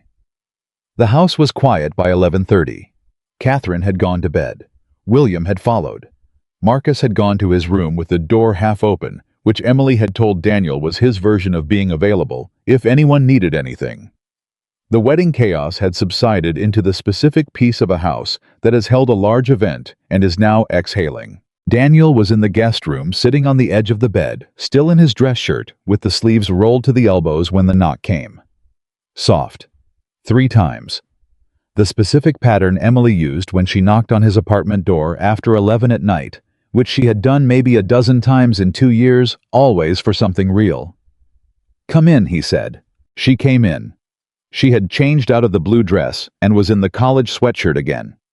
She sat at the foot of his bed the way she had in the apartment in Portland, and she pulled her knees up to her chest, and for a moment, neither of them said anything. Then she said, "My mom talked to me. When? About 20 minutes ago, she came to my room." Emily looked at her hands. "She told me the engagement wasn't real, that she knew, that you had told her." Daniel went still. "Emily. She also told me," Emily continued, "that it didn't matter, that what she had seen this weekend between us mattered more than whatever story we had going in." She looked up at him. "She said you told her your feelings were real." "I did," he said. "Before you told me." "Yes." She held that for a moment. "Why?" "Because she asked me directly, and I couldn't lie to her. Not after 2 days of watching her try to do right by you in every imperfect way she knows how." He paused. "She loves you, Emily. In a complicated, controlling, genuinely well-meaning way. She deserved the truth." Emily was quiet. "She cried," Emily said. "Your mother cried. 2 tears, which for Catherine Parker is basically a complete breakdown." She said it softly without humor. She said she spent years trying to build the right future for me, and it never occurred to her that I might have been quietly building one myself. The room was very still. "She said she's sorry," Emily continued. "Not in those words. Catherine doesn't do those words. But she stopped, started again. She held my face in her hands and looked at me for a long time and said that I looked like myself, and that she had missed that." Her voice broke on the last word just slightly. She pulled it back. "That's the closest she gets." Daniel did not say anything. He let it sit. Emily wiped at the corner of her eye with the back of her hand. Then she straightened her shoulders with that particular practiced motion she used to reset herself. "I'm not going to pretend this weekend was simple," she said. "It wasn't," he agreed. "I lied to my family. I dragged you into it. I built a situation that could have gone about 15 different ways wrong." She met his eyes. "And somehow it went this way." "Yeah," he said. "What are we doing?" she asked. Not distressed, just real. The same directness she used when she was working through something that mattered. "Because I have been your roommate for 2 years, and I have apparently been half in love with you for I don't even know how long, honestly. Marcus seems to think it's been a while. And I've been so busy managing everything else that I didn't notice until you put your hand at my back walking up my parents' porch steps, and I thought, oh, that's what that feels like." He looked at her. "What does what feel like?" Someone being there, she said simply. Not just present. There. Like it matters to them specifically to be in that spot. He held her gaze. It matters to me specifically, he said. She nodded slowly. Something in her settled. I'm scared, she said. Of what? Of being bad at this. She said it plainly. I'm bad at needing people. I'm bad at asking for things. I have 18 years of reflexes that say, take care of everyone, and don't admit when you're running on empty. That doesn't just go away because I want it to. I know, he said. You know that and you still. Emily. He said her name the way he had on the dance floor. Just her name. Full stop. I have spent 18 months loving the exact version of you that includes all of that. The managing, the reflexes, the way you smile when you're running on empty so nobody worries. He held her gaze. I'm not waiting for you to fix those things. I'm not signing up for some future version. I'm here for the current one, the whole one. She stared at him. Then, in a voice that was smaller and more unguarded than anything he had heard from her all weekend, she said, Nobody's ever said that to me before. I know, he said. I should have said it a year ago. Why didn't you? Because I was afraid of losing what we had. And now? Now I'm more afraid of keeping only part of something that could be everything. The room held that for a moment. Emily uncurled from her position at the foot of the bed and moved up to sit beside him, close her shoulder against his, and she leaned her head against his shoulder, the way she had never done in 2 years of apartment life. The way that was so natural, it made the 2 years without it feel like a long, unnecessary delay. I don't want to go back to the old version, she said quietly. We're not going back, he said. Promise? Yes. She was quiet. How do you do that? She said. Do what? Make everything sound simple, like it's already decided. Because it is already decided, he said. For me at least. Has been for a while. She turned her head to look up at him from his shoulder. Their faces were very close. For me too, she said. I just needed to catch up to myself. He looked at her. She looked at him, and then she kissed him this time. Not caught up in an emotional moment, not pulled by the momentum of the night. Just a choice. Clear and deliberate, and entirely hers. When she pulled back, she said, That one was mine. I know, he said. The first one was yours. I know. She settled back against his shoulder. He put his arm around her. She tucked her feet up and leaned into his side, and they sat like that in the quiet guest room of her family's house, not talking, while the night moved around them. After a while, she said, What do we tell people at home about the engagement? The truth, he said. That it started as something complicated and became something real. That's very diplomatic. I have good bedside manner. It's a professional skill. She laughed. The warm, unguarded laugh she saved for things that actually reached her. Daniel, she said. Yeah. Thank you for coming this weekend. Thank you for asking me. She was quiet for a moment. Then, I didn't ask you because you were convenient, you know, or because I couldn't think of anyone else. I asked you because you were the only person I trusted completely. She paused. I think I knew on some level what I was actually asking for. I just couldn't say it directly yet. He thought about that. About the morning in the kitchen, the red-rimmed eyes, the coffee held in both hands, the way she had looked at him and waited. I know, he said. Was that terrible of me? No, he said. It was very you, and I love very you. She went still for a moment. Then he felt her smile against his shoulder. Say that again, she said quietly. I love very you. The real part. He looked down at the top of her head. I love you, Emily Rose Parker. Ink stains, empty coffee mugs, stress humming, managing everyone in the room and pretending not to need anything, all of it. Every version. She didn't say anything for a long moment. Then, I love you too. I'm not sure when it started exactly, but it's been a while. I know, he said. Marcus told me. She lifted her head. Marcus told you. He said you mentioned me in phone calls with details that were too specific for someone you didn't care about. I'm going to kill my brother. Don't. He was right. She looked at him. Then, despite herself, she laughed. Were the details really that obvious? Apparently. What did I even say? I didn't ask. I didn't want to embarrass you. She shook her head slowly. I've been embarrassing myself at you for 18 months, and I didn't even notice. You were busy, he said. You had a lot of people to take care of. She looked at the ring on her left hand, the pale blue stone. Her grandmother's ring, worn for the first time for a lie that became a truth. What do we do with this? She asked. Keep it, he said. For now, until we decide what comes next at our own speed. Our own speed, she repeated, like she was testing how it felt to be included in a pace that was chosen rather than demanded. Yes, he said. No family pressure, no vineyard problems, no Ryan Whitmore, just us. She settled backs against him. Just us, she said. I think I can do that. Sunday morning arrived the way mornings after important nights, Cautious, slightly pale, carrying everything from the night before in its hands and waiting to see what would be done with it. Daniel was up at 6:30 again. Emily was still asleep.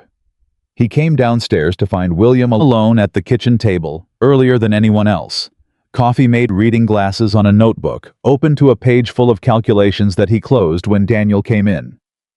"Morning," William said. "Morning." Daniel poured coffee. He sat. "You look like you've been up a while." "Since 4, William said. "Old habit when something's on my mind." "The vineyard," Daniel said. William looked at him. "You and Marcus talked. He mentioned the situation. You mentioned the rest." "I don't usually," William started. "I know," Daniel said. "I think you needed to say it to someone who wasn't already carrying it." William took off his glasses and set them on the table. He looked at Daniel with the direct, tired honesty of a man who has run out of energy for any other mode. "I made a decision last night," William said. "After you and I talked at the bar, I'm going to call Ryan's family Monday. Turn down the offer." Daniel was quiet. "It's the wrong solution," William said. "I've known it for a year. I let myself be convinced it was practical. But practical and right are not the same thing, and I am old enough to know the difference." He picked up his coffee. "I don't know what the right solution is yet, but I know what it isn't." "What does Catherine think?" Daniel asked. "Catherine thinks I'm making an emotional decision." William paused. "She's not wrong. But she said something last night after Emily came to find you. She said sometimes the emotional decision is the one you can actually live with." A long pause. "That's the first time she's said something like that in 30 years of marriage, so I'm taking it seriously." Daniel held his coffee. "For what it's worth," he said, "Emily would want to know the full picture. She's not fragile." "I know she's not fragile," William said, with a sharpness that carried the pride of a father who has always known exactly what his child is made of. "She's the least fragile person I've raised. She carries other people's weight before she should, and I never wanted to add mine." "She's going to carry it either way," Daniel said. "The only question is whether she's doing it in the dark or in the light." William looked at him for a long moment. "You're going to be a pain in the neck," he said. "Aren't you?" "Probably," Daniel said. "Good." William put his glasses back on. "We need more of those around here." Catherine came downstairs at 7. She looked at Daniel at the table across from William, and she looked at the two of them in conversation without any visible discomfort or arrangement, and something in her face did a small quiet thing that she did not narrate. She made herself coffee. She sat down. And the three of them sat together at the kitchen table in the early morning quiet, and nobody said anything for a while, and it was not awkward. That was the thing Daniel noticed. The silence was not awkward. It was the silence of people who did not need to perform for each other anymore. Emily came downstairs at 7:45. She appeared in the kitchen doorway in her sweatshirt, her hair loose, and she looked at Daniel first. Just for a second. Just a quick natural check. The way you look at someone who has moved into the center of your daily awareness. And he looked back, and that was its own complete conversation. Then she looked at her parents at the table, and something moved across her face. "You're all just sitting here," she said. Yes, Catherine said. Together. That is generally what sitting at a table means, Emily rose. Emily looked at Daniel. He gave her the smallest shrug. She looked back at her parents. Is everything? Everything is fine, William said. Pour yourself some coffee and sit down. I need to tell you some things. About the vineyard. About the real situation. He held her gaze. All of it. No more managing what you know. Emily went very still. Then she moved to the coffee maker. She poured a mug. Black, no milk. Stress coffee. She sat down at the table. She looked at her father. Tell me, she said. And William Parker told his daughter the truth. All of it. The debt timeline, the failed seasons, the offer from Ryan's family, the decision he had made that morning to refuse it. He told it plainly without softening, without the careful edits he had been applying for 2 years. He told it the way you tell something to someone you trust, to hold it without breaking. Emily listened without interrupting. Her hands were around her mug. Her face was still the way it went when she was taking in something that required her full attention. When William finished, the kitchen was quiet. Then Emily said, "Why didn't you tell me sooner?" "Because you already carry too much," William said. "Dad." Her voice was steady, but her eyes were not. "I am your daughter. Not a guest. Not a visitor. Your daughter. You are allowed to let me carry things." William looked at her. "I know," he said quietly. "I'm learning." She looked at her father for a long moment. Then she looked at Catherine. Then she looked at Daniel, and he saw the thing in her face that he recognized, not the managed version, not the practical version, but the real one. Wide open. Feeling everything. She looked back at her father. "We'll figure it out," she said. "Together, all of us." She paused. "And not Ryan Whitmore's way." William nodded. One firm, settled nod. Catherine reached across the table and put her hand over Emily's. Just for a second. Just briefly. Then she pulled back and picked up her coffee, and the moment passed, and the kitchen began the quiet morning business of being a family that had said some true things and survived them. Daniel sat at the corner of the table and held his coffee and thought about something Marcus had said the very first night. Either the most important person in her life or the biggest risk in it. I thought about those two options, sitting there in the early morning kitchen, watching Emily with her family, watching her be herself, managing still, probably always probably, but managing towards something now instead of just around it. And he thought that maybe the answer Marcus had not considered was that those two things were not mutually exclusive. Maybe the most important person and the biggest risk were sometimes the same person.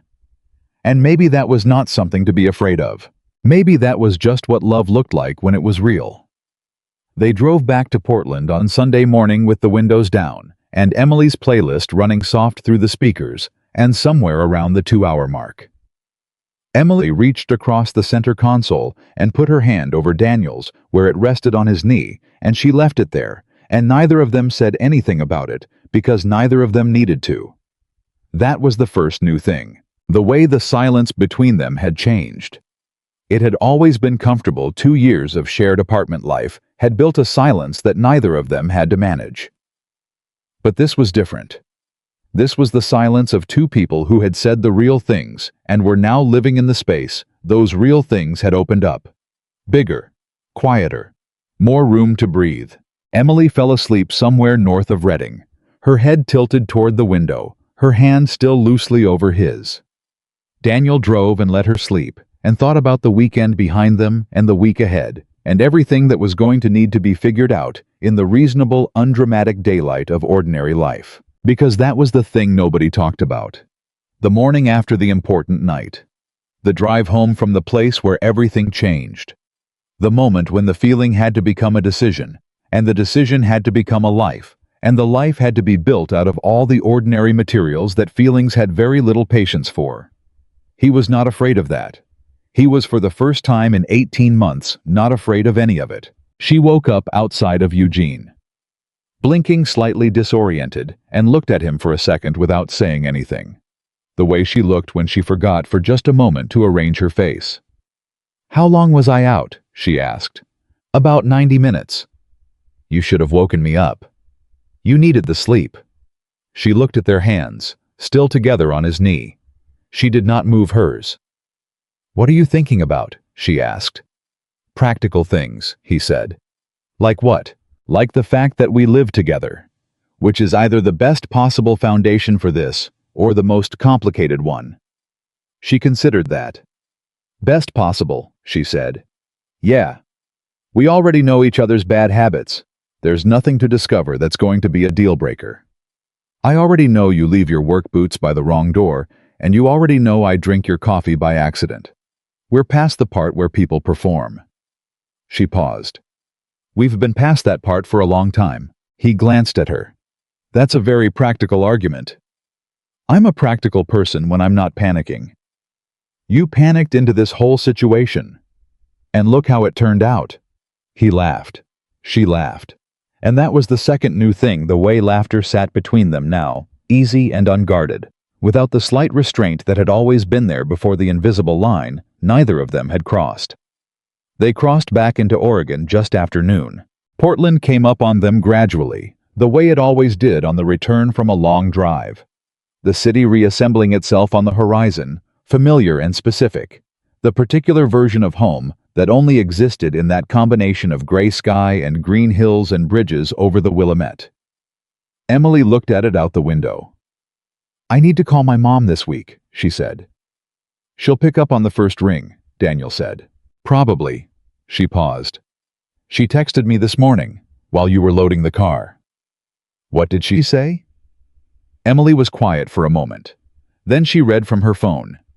She wrote, take care of yourself the way you take care of everyone else, and let him help. She lowered the phone. That's the most direct thing my mother has ever said to me. She's learning, Daniel said. Same as everyone.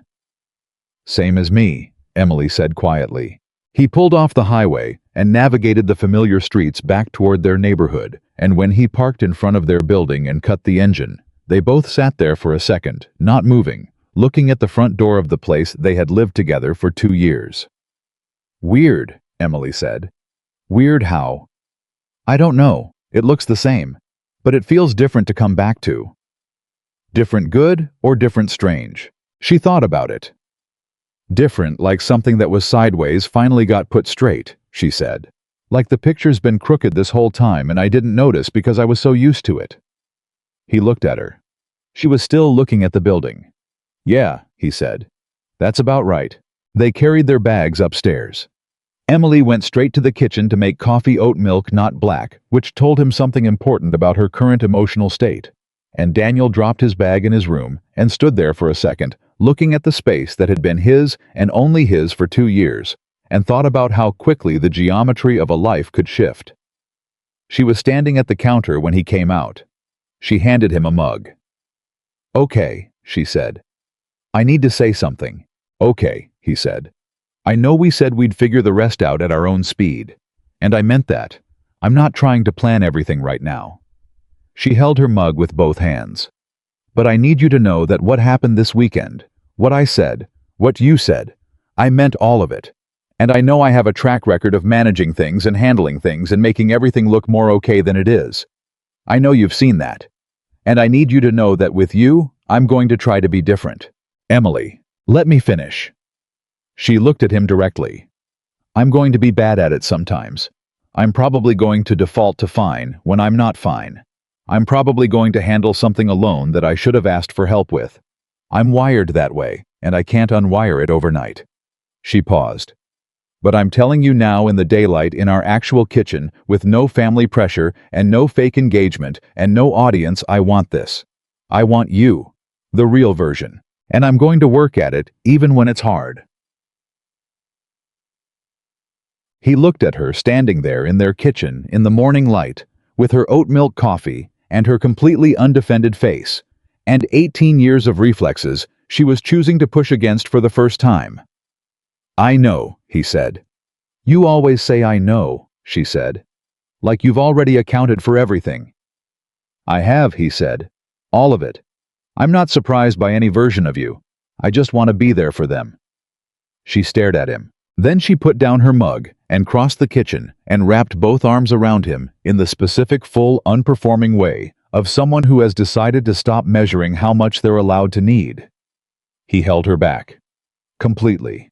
Without reservation. They stood in the kitchen for a long moment. Then she said into his shoulder, "This is embarrassing." "Why?" "Because I've wanted to do this for probably longer than 18 months, and I was so convinced I was just being dramatic." "Were you?" "Obviously not." "Good," he said. "I was starting to feel self-conscious about my timeline." She laughed again. He felt it against his shoulder before he heard it. The weeks after the wedding were the quiet, real building kind. Not dramatic. Not cinematic. The kind of weeks that don't make good stories at parties, but make good lives.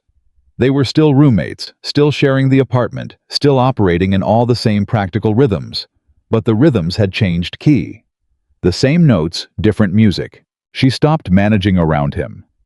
That was the first thing he noticed, and it took him a while to name it, because it was a subtraction rather than an addition. The absence of something that had always been there. She stopped editing what she said before she said it. She stopped performing fine when she was not fine. She came out of her studio one evening at 7:30 and said, "I've been staring at the same illustration for 4 hours and I think I hate it." And he said, "Show me." And she showed him, and they sat at the kitchen table and talked about it until she could see it clearly again. That had not happened before. Not like that. Not without the careful framing she used to put around her struggles, the way she packaged them so they looked more manageable, more resolved, less like something that actually required another person. She was asking for another person now. It was not effortless. He could see her catch herself, sometimes see the old reflex kick in the toward fine pivot and then choose differently. It cost her something, that choice, every time. He watched her spend it and did not comment on it because commenting on it would have made it harder. He just showed up. Consistently, specifically, without needing her to thank him for it. And somewhere in the third week, she stopped seeming like she was trying and started seeming like she was just being. The call from Catherine came on a Tuesday evening in late September. Emily was in her studio and Daniel was making dinner, and he heard Emily's voice shift through the wall. Not the managed shift. Not the everything is fine voice, but a genuine shift, the kind that meant something real was happening on the other end of the call. He turned the stove down and waited. She came out 20 minutes later with an expression he could not quite read. "My dad called Ryan's family," she said. "The answer was no," Daniel said. "I know. He told me Sunday morning." She looked at him. "He told you before he told me." "He was working up to you," he said. "You're harder." "Why am I harder?" "Because you matter more," he said simply. She absorbed that. "Ryan called my mom," she said. "After my dad's call. He was gracious about it, which according to my mom means he handled it the way Ryan always handles everything." She paused. He told her he hoped Emily had found what she was looking for. "That's a generous thing to say," Daniel said. "Yeah." She was quiet. "My mom cried. A little. She said she's spent 3 years being wrong about the right answer, and she's going to spend the next 3 years being better about asking the right questions." "That's also generous," Daniel said. "My family is full of surprises," she said. "You come by the emotional intelligence honestly," he said, just with more resistance. She gave him a look, but she was smiling. "What about the vineyard?" he asked. "That's the other thing." She sat down at the kitchen table. "Marcus has been talking to a restaurant group in Sacramento. Small, independent regional focus. They've been looking for a long-term local wine supplier. Fair price, multi-year contract, no equity stake." She paused. "It's not everything they need, but it's a real start." "Marcus figured it out," Daniel said. "Marcus always figures it out," she said. "He just needed my dad to stop holding the full weight of it alone, so there was room for other solutions to come in." She was quiet for a moment. "My dad cried," she said. "When Marcus told him about the restaurant group. Mom said it was the first time she'd seen him cry since I was 12 years old." Daniel turned back to the stove. He gave her a moment with that. Then she said from behind him, "You told him to tell me, on Sunday morning. You told him I could handle it." "You could handle it," he said. You didn't know that? Yes, I did. She was quiet. Why? She asked. He turned around. Because you have been handling impossible things your whole life and calling them ordinary. The only difference now is that you don't have to do it alone. He held her gaze. I told him that. I told him you'd carry it better if you could see it clearly. She looked at him across the kitchen. You advocated for me, she said, to my own father. Someone had to. She stood up from the table and came to the kitchen and stood beside him at the stove and leaned her head against his shoulder and did not say anything else. He stirred the pan. She stayed. That was enough. The twist that Daniel had not expected came in October. Not dramatic. Not a confrontation. Not a scene. Just a Thursday evening when he came home from a 12-hour shift still in his uniform and found Emily at the kitchen table with her laptop and her notebooks and a cup of tea gone cold beside her, and she looked up when he came in and said, I called a therapist today. He stopped. Okay, he said. I have a first appointment next week. She held his gaze. I've been thinking about what you said, about being wired a certain way, about the managing and the reflexes, and I think... She paused.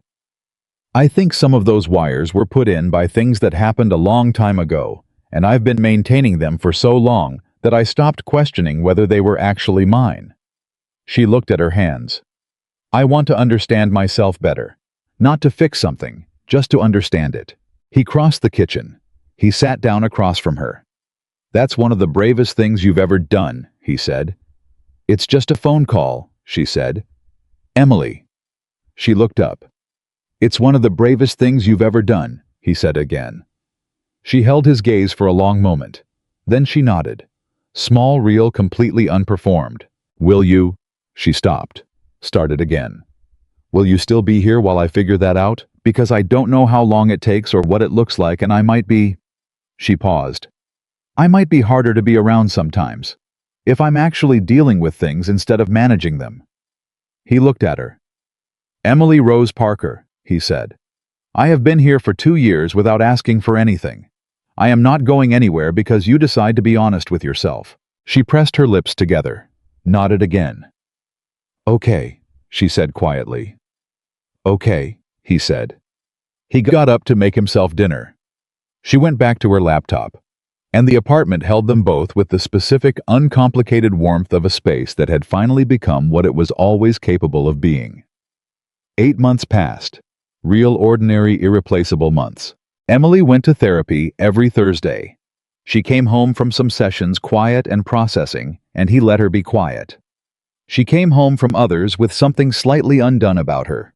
The way you look when something has been looked at directly for the first time, and he made tea without being asked and sat nearby without crowding her. She got better at asking for things. She got better at saying when she was not fine. She did not stop being the person who took care of people. That was not the goal, and it was not what happened. She just stopped doing it at the expense of herself.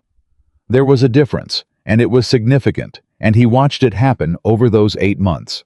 The way you watch a season change, not in one dramatic moment, but in hundreds of small ones that added up to something undeniable. They had their first real fight in November.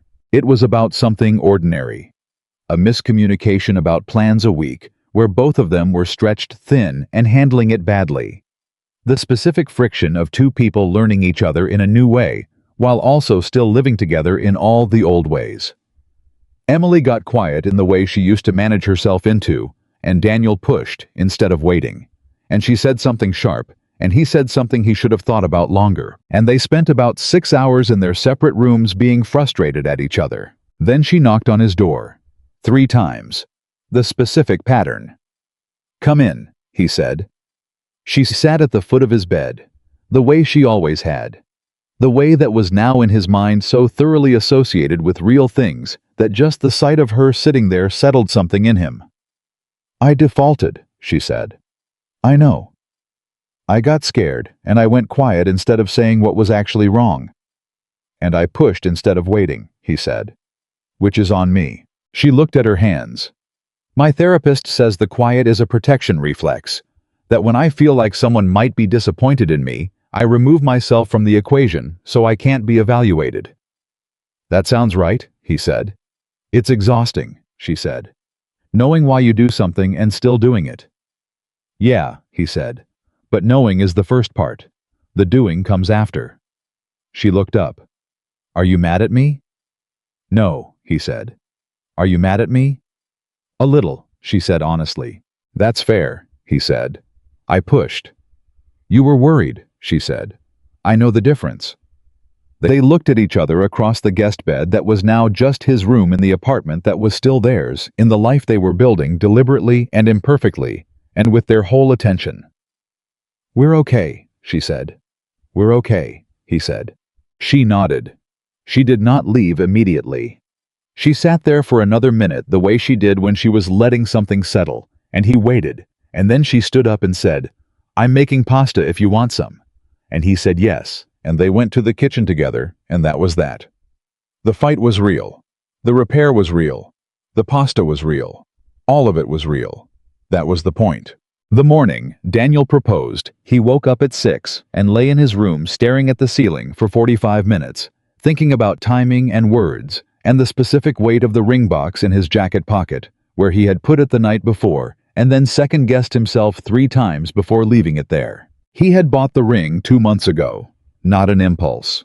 A decision made over several weeks, considered from every angle, chosen the way he made every important choice quietly without announcing it after he was completely certain. The ring was simple. A thin gold band, a small oval stone pale blue.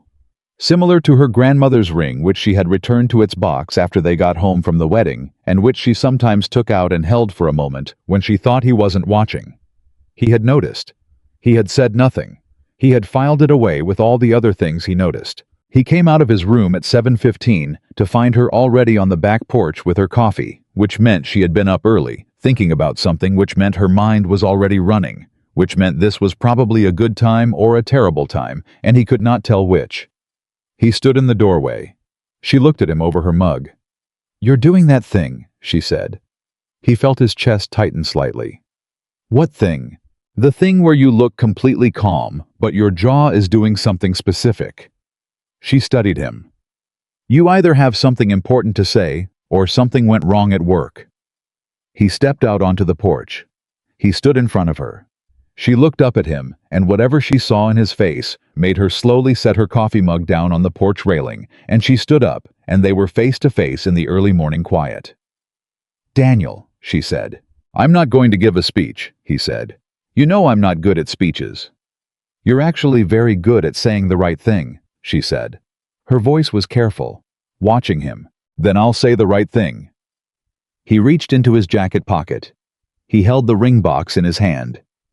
He did not open it yet. "I spent 18 months loving you in silence because I was afraid of losing what we had. And then I spent one weekend pretending to be your fiancé and realized I had already lost the only thing that mattered by not saying so." Her eyes were fixed on his face. "I've watched you spend the last 8 months becoming braver," he said. "Becoming more yourself, letting things be hard and staying in them instead of managing around them. And I have loved every version of you through all of it, the managing version and the working on it version and the one who calls me from the other room just to say she's frustrated and doesn't know why." He paused. "I want all of them. Every future version. Whatever they look like." She was very still. He opened the box. She made a sound, small, involuntary, when she saw the ring. "Emily Rose Parker," he said. "Will you be my fiancé, the real kind, with actual intention and actual plans, and nothing fake about any of it?" She looked at the ring. She looked at his face. She looked at the ring again. Then she looked at him with everything she had, all of it unmanaged and unedited, the 12-year-old who decided to hold everyone together, and the 28-year-old who was learning she didn't have to, and every version in between, and she said yes. She said it clearly, completely, without hesitation. He put the ring on her finger. The pale blue stone caught the morning light, and she looked at it for a moment, and then looked at him, and grabbed the front of his jacket with both hands, the way she had at the edge of the vineyard 8 months ago. "Kiss me like you mean it," she said. And he did. No audience, no family pressure, no performance, No fake story holding any of it up. Just Daniel Carter and Emily Parker on a back porch in Portland, Oregon, in the early morning quiet, choosing each other in the most real, ordinary, permanent way two people can choose. He kissed her like he meant it. Because he did. Because he always had. And this time, finally completely with nothing